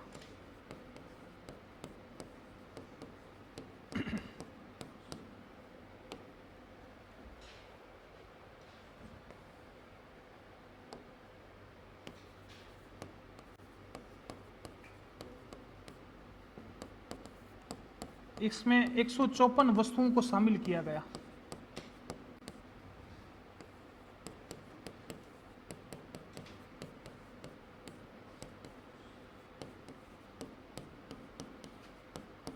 इसमें 154 वस्तुओं को शामिल किया गया।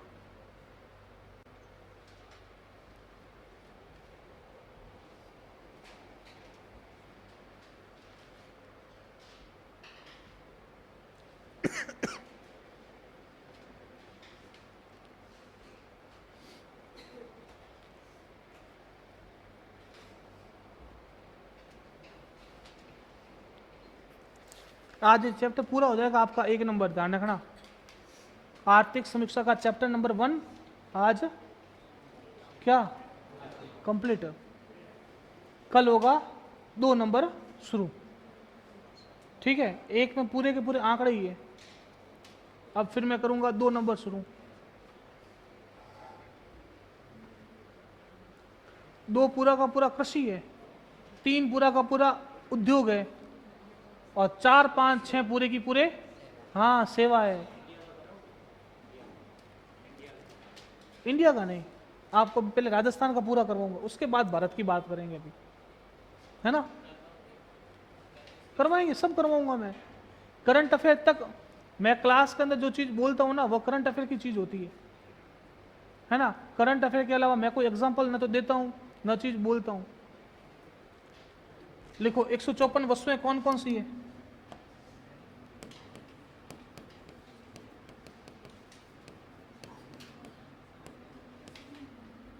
प्राथमिक, द्वितीयक और अन्य। प्राथमिक मतलब जो ऐसी चीजें जो कृषि से मिलती है अपन को, 75, द्वितीयक 69, अन्य में बिजली और ईंधन को लिया है इन्होंने।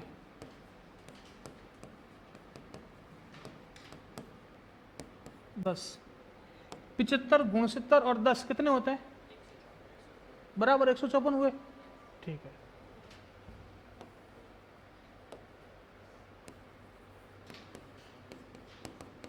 WPI आर्थिक एवं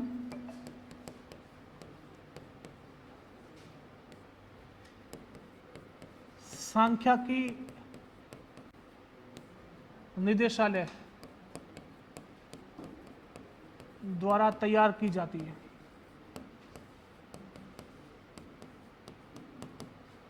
यह संस्था ध्यान रखना, आर्थिक व सांख्यिकी निदेशालय। मैंने आपको बताया ना, आर्थिक समीक्षा पढ़ क्या रहे हैं, आर्थिक समीक्षा पढ़ रहे हो गारंटी। आर्थिक समीक्षा को तैयार किया होगा ना किसी ने, ये वही संस्था है जो आर्थिक समीक्षा तैयार करती है। तो राजस्थान में आर्थिक समीक्षा किसके द्वारा तैयार की जाती है, आर्थिक व सांख्यिकी निदेशालय।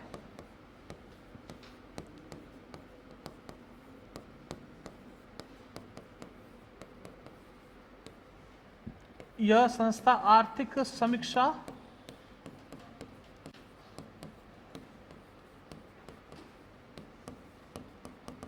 तैयार करती है।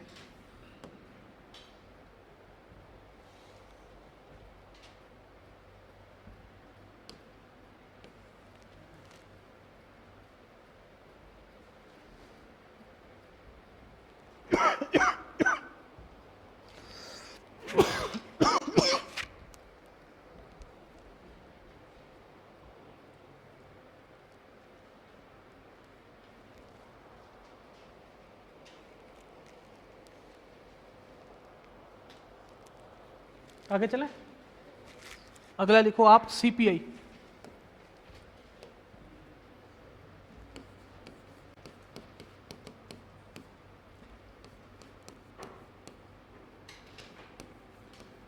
कंज्यूमर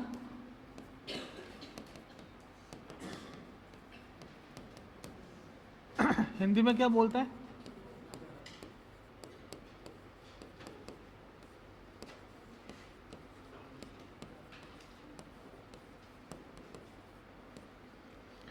उपभोक्ता किसे कहते हैं बताओ। चलो मैं एक सवाल पूछूं आपसे, मैं दुकानदार हूं मोबाइल का, मैंने सैमसंग से 100 फोन लिए, क्या मैं उपभोक्ता हुआ, नहीं हुआ, हाँ नहीं हुआ। जो चीज आप अंतिम रूप से उपयोग करते हैं वह व्यक्ति उपभोक्ता कहलाता है, ठीक है। अगर मैं पानी की बोतल अपने पास लेके जाऊं या आगे बेचने के लिए लेकर जाऊं, उपभोक्ता मैं किस कंडीशन में होऊंगा, जब यूज कौन कर रहा हूं मैं। तो ये बात ध्यान रखना, उपभोक्ता की परिभाषा ये होती है जो अंतिम रूप से उपभोग करे। ये इंडेक्स कितने तरह का होता है? 4 तरह का। सीपीआई 4 तरह से, एक सेकंड, सीपीआई की गणना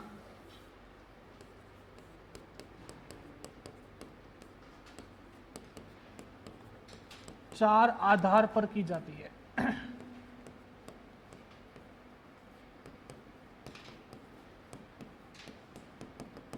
सीपीआई की गणना 4 आधार पर की जाती है। पहला, औद्योगिक श्रमिक सूचकांक।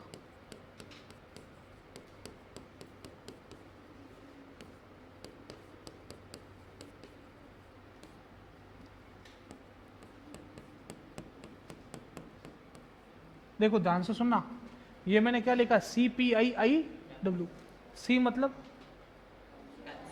पी मतलब, आई मतलब, आई मतलब इंडस्ट्रियल, डब्ल्यू मतलब वर्कर। कई जगह ना ऐसे सीधा लिखा जाएगा CPIIW में आधार वर्ष किसको माना जाता है? 2016। दूसरा कौन सा है?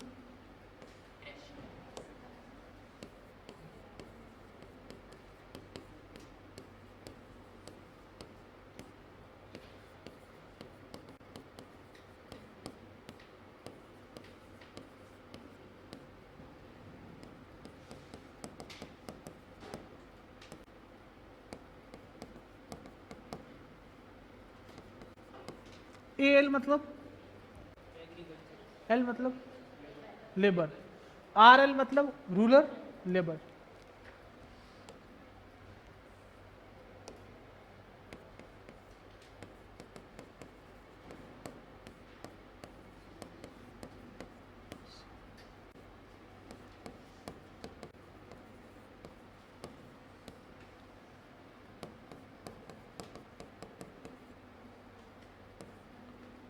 CPI, RU मतलब रूरल और अर्बन, ठीक है।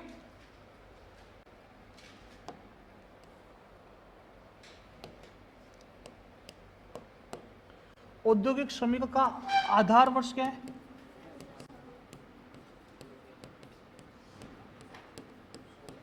दो हजार 16।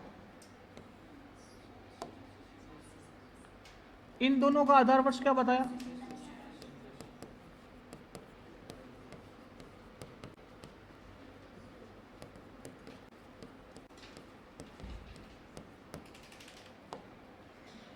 और ग्रामीण और शहरी का क्या बताया?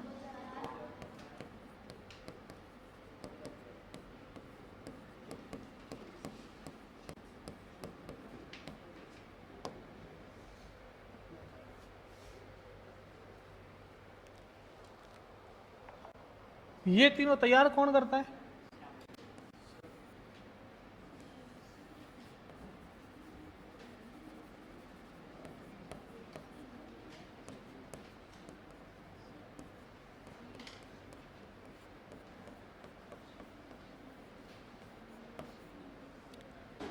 ये तीनों तैयार करता है श्रम ब्यूरो। कहां पर है?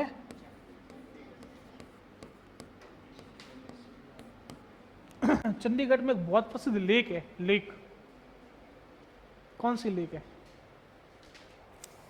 चंडीगढ़ में एक बहुत प्रसिद्ध लेक है। लेक को अपन हिंदी में बोलते हैं झील। ऑप्शन दो, चलो लो ऑप्शन। ए रुद्र सागर, बी कोलेरू, सी सुखना, डी मालपुड़ी। कौन बोला सुखना? हाथ खड़ा करो। कभी गए हो गया तो गूगल पे सर्च किया?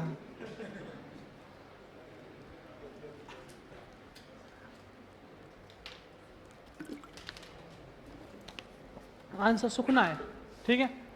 रुद्र सागर त्रिपुरा में, कोलेरू आंध्र प्रदेश में, सुखना चंडीगढ़ में। मालपुड़ी कोई झील है ही नहीं, मैंने ऐसे नाम दिया। ठीक है,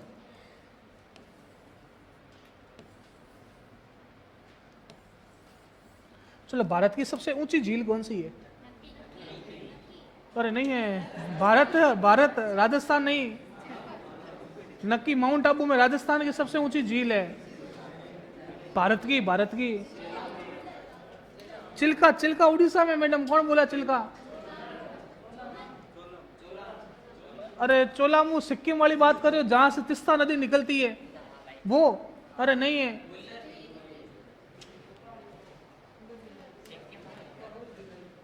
भारत की सबसे ऊंची मीठे पानी की झील चोलामू है।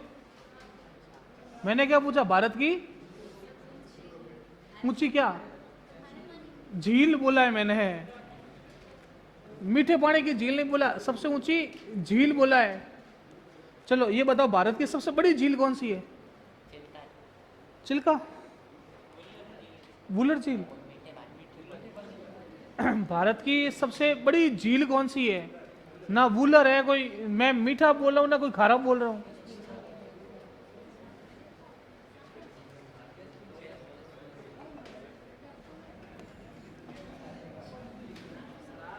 वही ठाक हुआ है दोनों।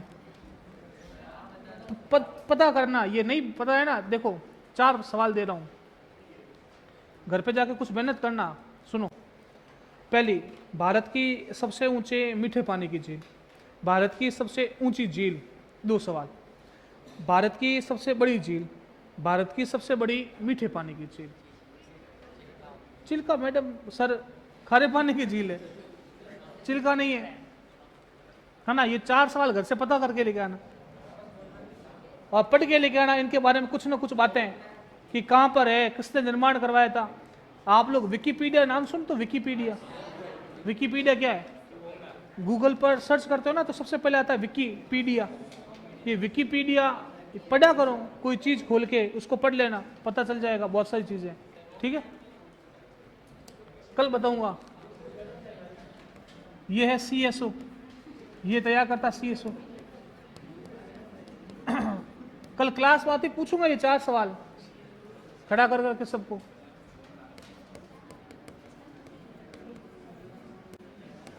केंद्रीय सांख्यिकी संगठन, CSO। CSO पहले 2 संस्था अलग अलग हुआ करती थी, पहले 2 संस्थाएं अलग अलग थी, एक थी NSSO और एक थी NSO, उनको मिलाकर क्या बनाया? CSO। अब ये बस यही ध्यान रखना, CSO।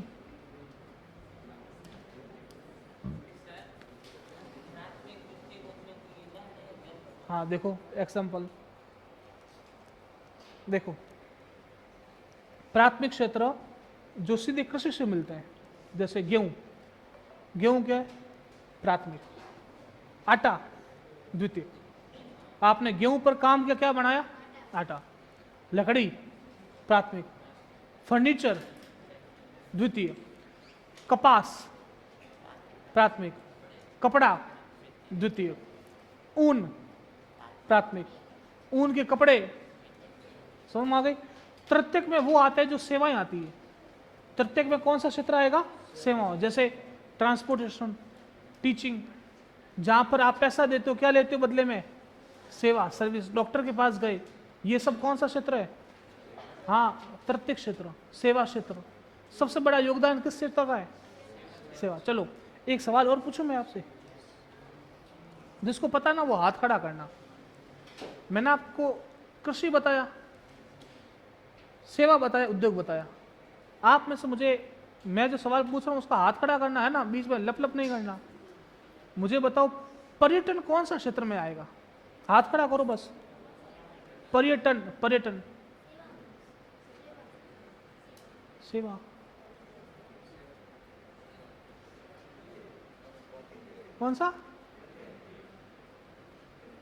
अरे क्षेत्र कृषि, उद्योग या सेवा, तीनों में से किसमें?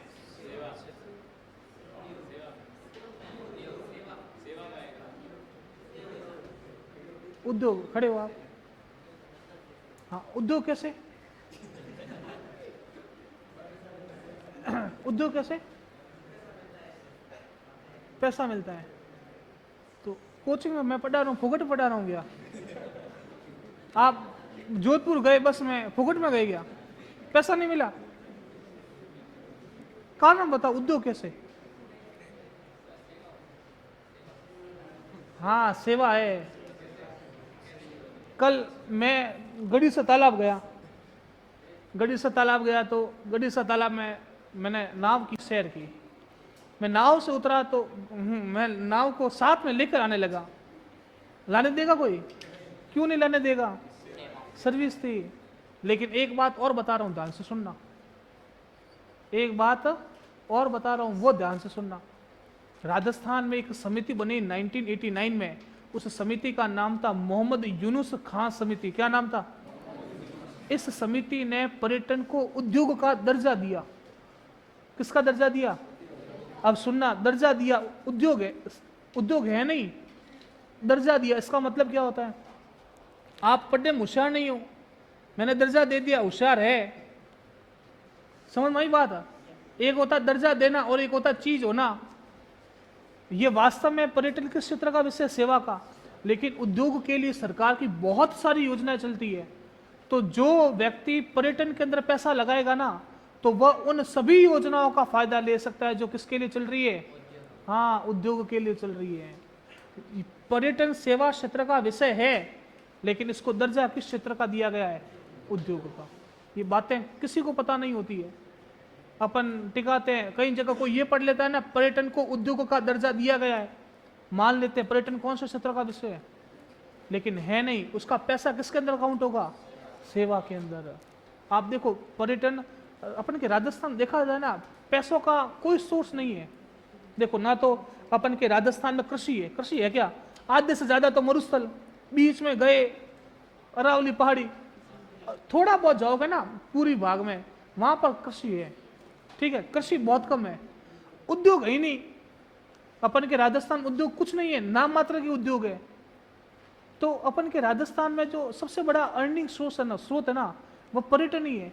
क्योंकि राजस्थान के अंदर ऐसी ऐसी किले हैं, महल है, जो आपको पूरे भारत के, पूरे विश्व के अंदर नहीं मिलेंगे। आप बताओ, अपन बोलते हैं गढ़, तो गढ़ चित्तौड़गढ़ है ना, बाकी सब हाँ। अपन बोलते हैं कि ये इतने ऊंचे ऊंचे होते हैं कि माथे का साफा गिर जाता है, बोलते हैं ना। तो ऐसी चीजें कहीं नहीं मिलेगी आपको, ऐसे किले कहीं और मिलेंगे? नहीं मिलेंगे।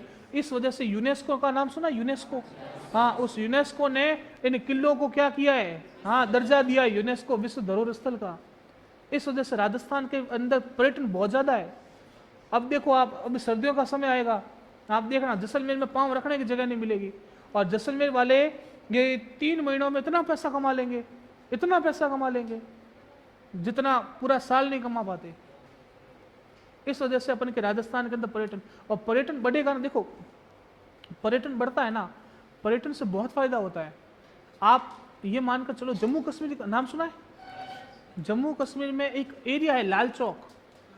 ये लाल चौक ऐसा एरिया था जब है ना युवा लोग पत्थरबाजी करते थे, बड़े बड़े पत्थर लेकर सेनाओं पर मारते थे। क्यों मारते थे? कि युवा कब पत्थरबाजी करेगा? जब उसके पास पैसा नहीं होगा, काम नहीं होगा। मैं सुबह ऑफिस जाता हूँ, शाम को क्लास लेता हूँ, सुबह क्लास लेता हूँ, मेरे को टाइम ही नहीं है।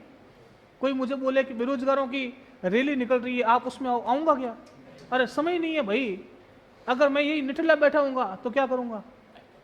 हाँ, जय हिंद, तुम संघर्ष करो, मैं तुम्हारे। हाँ, ये बात होती है। जम्मू कश्मीर में आर्टिकल 370 हटा, सुनना ध्यान से। पहले आर्टिकल 370 था, वहां पर जाने के लिए परमिशन लेनी पड़ती थी, और परमिशन एरे गेरे नथु गेरे को नहीं मिलती थी, बहुत जैक चेक होनी चाहिए। और जाता क्यों भाई?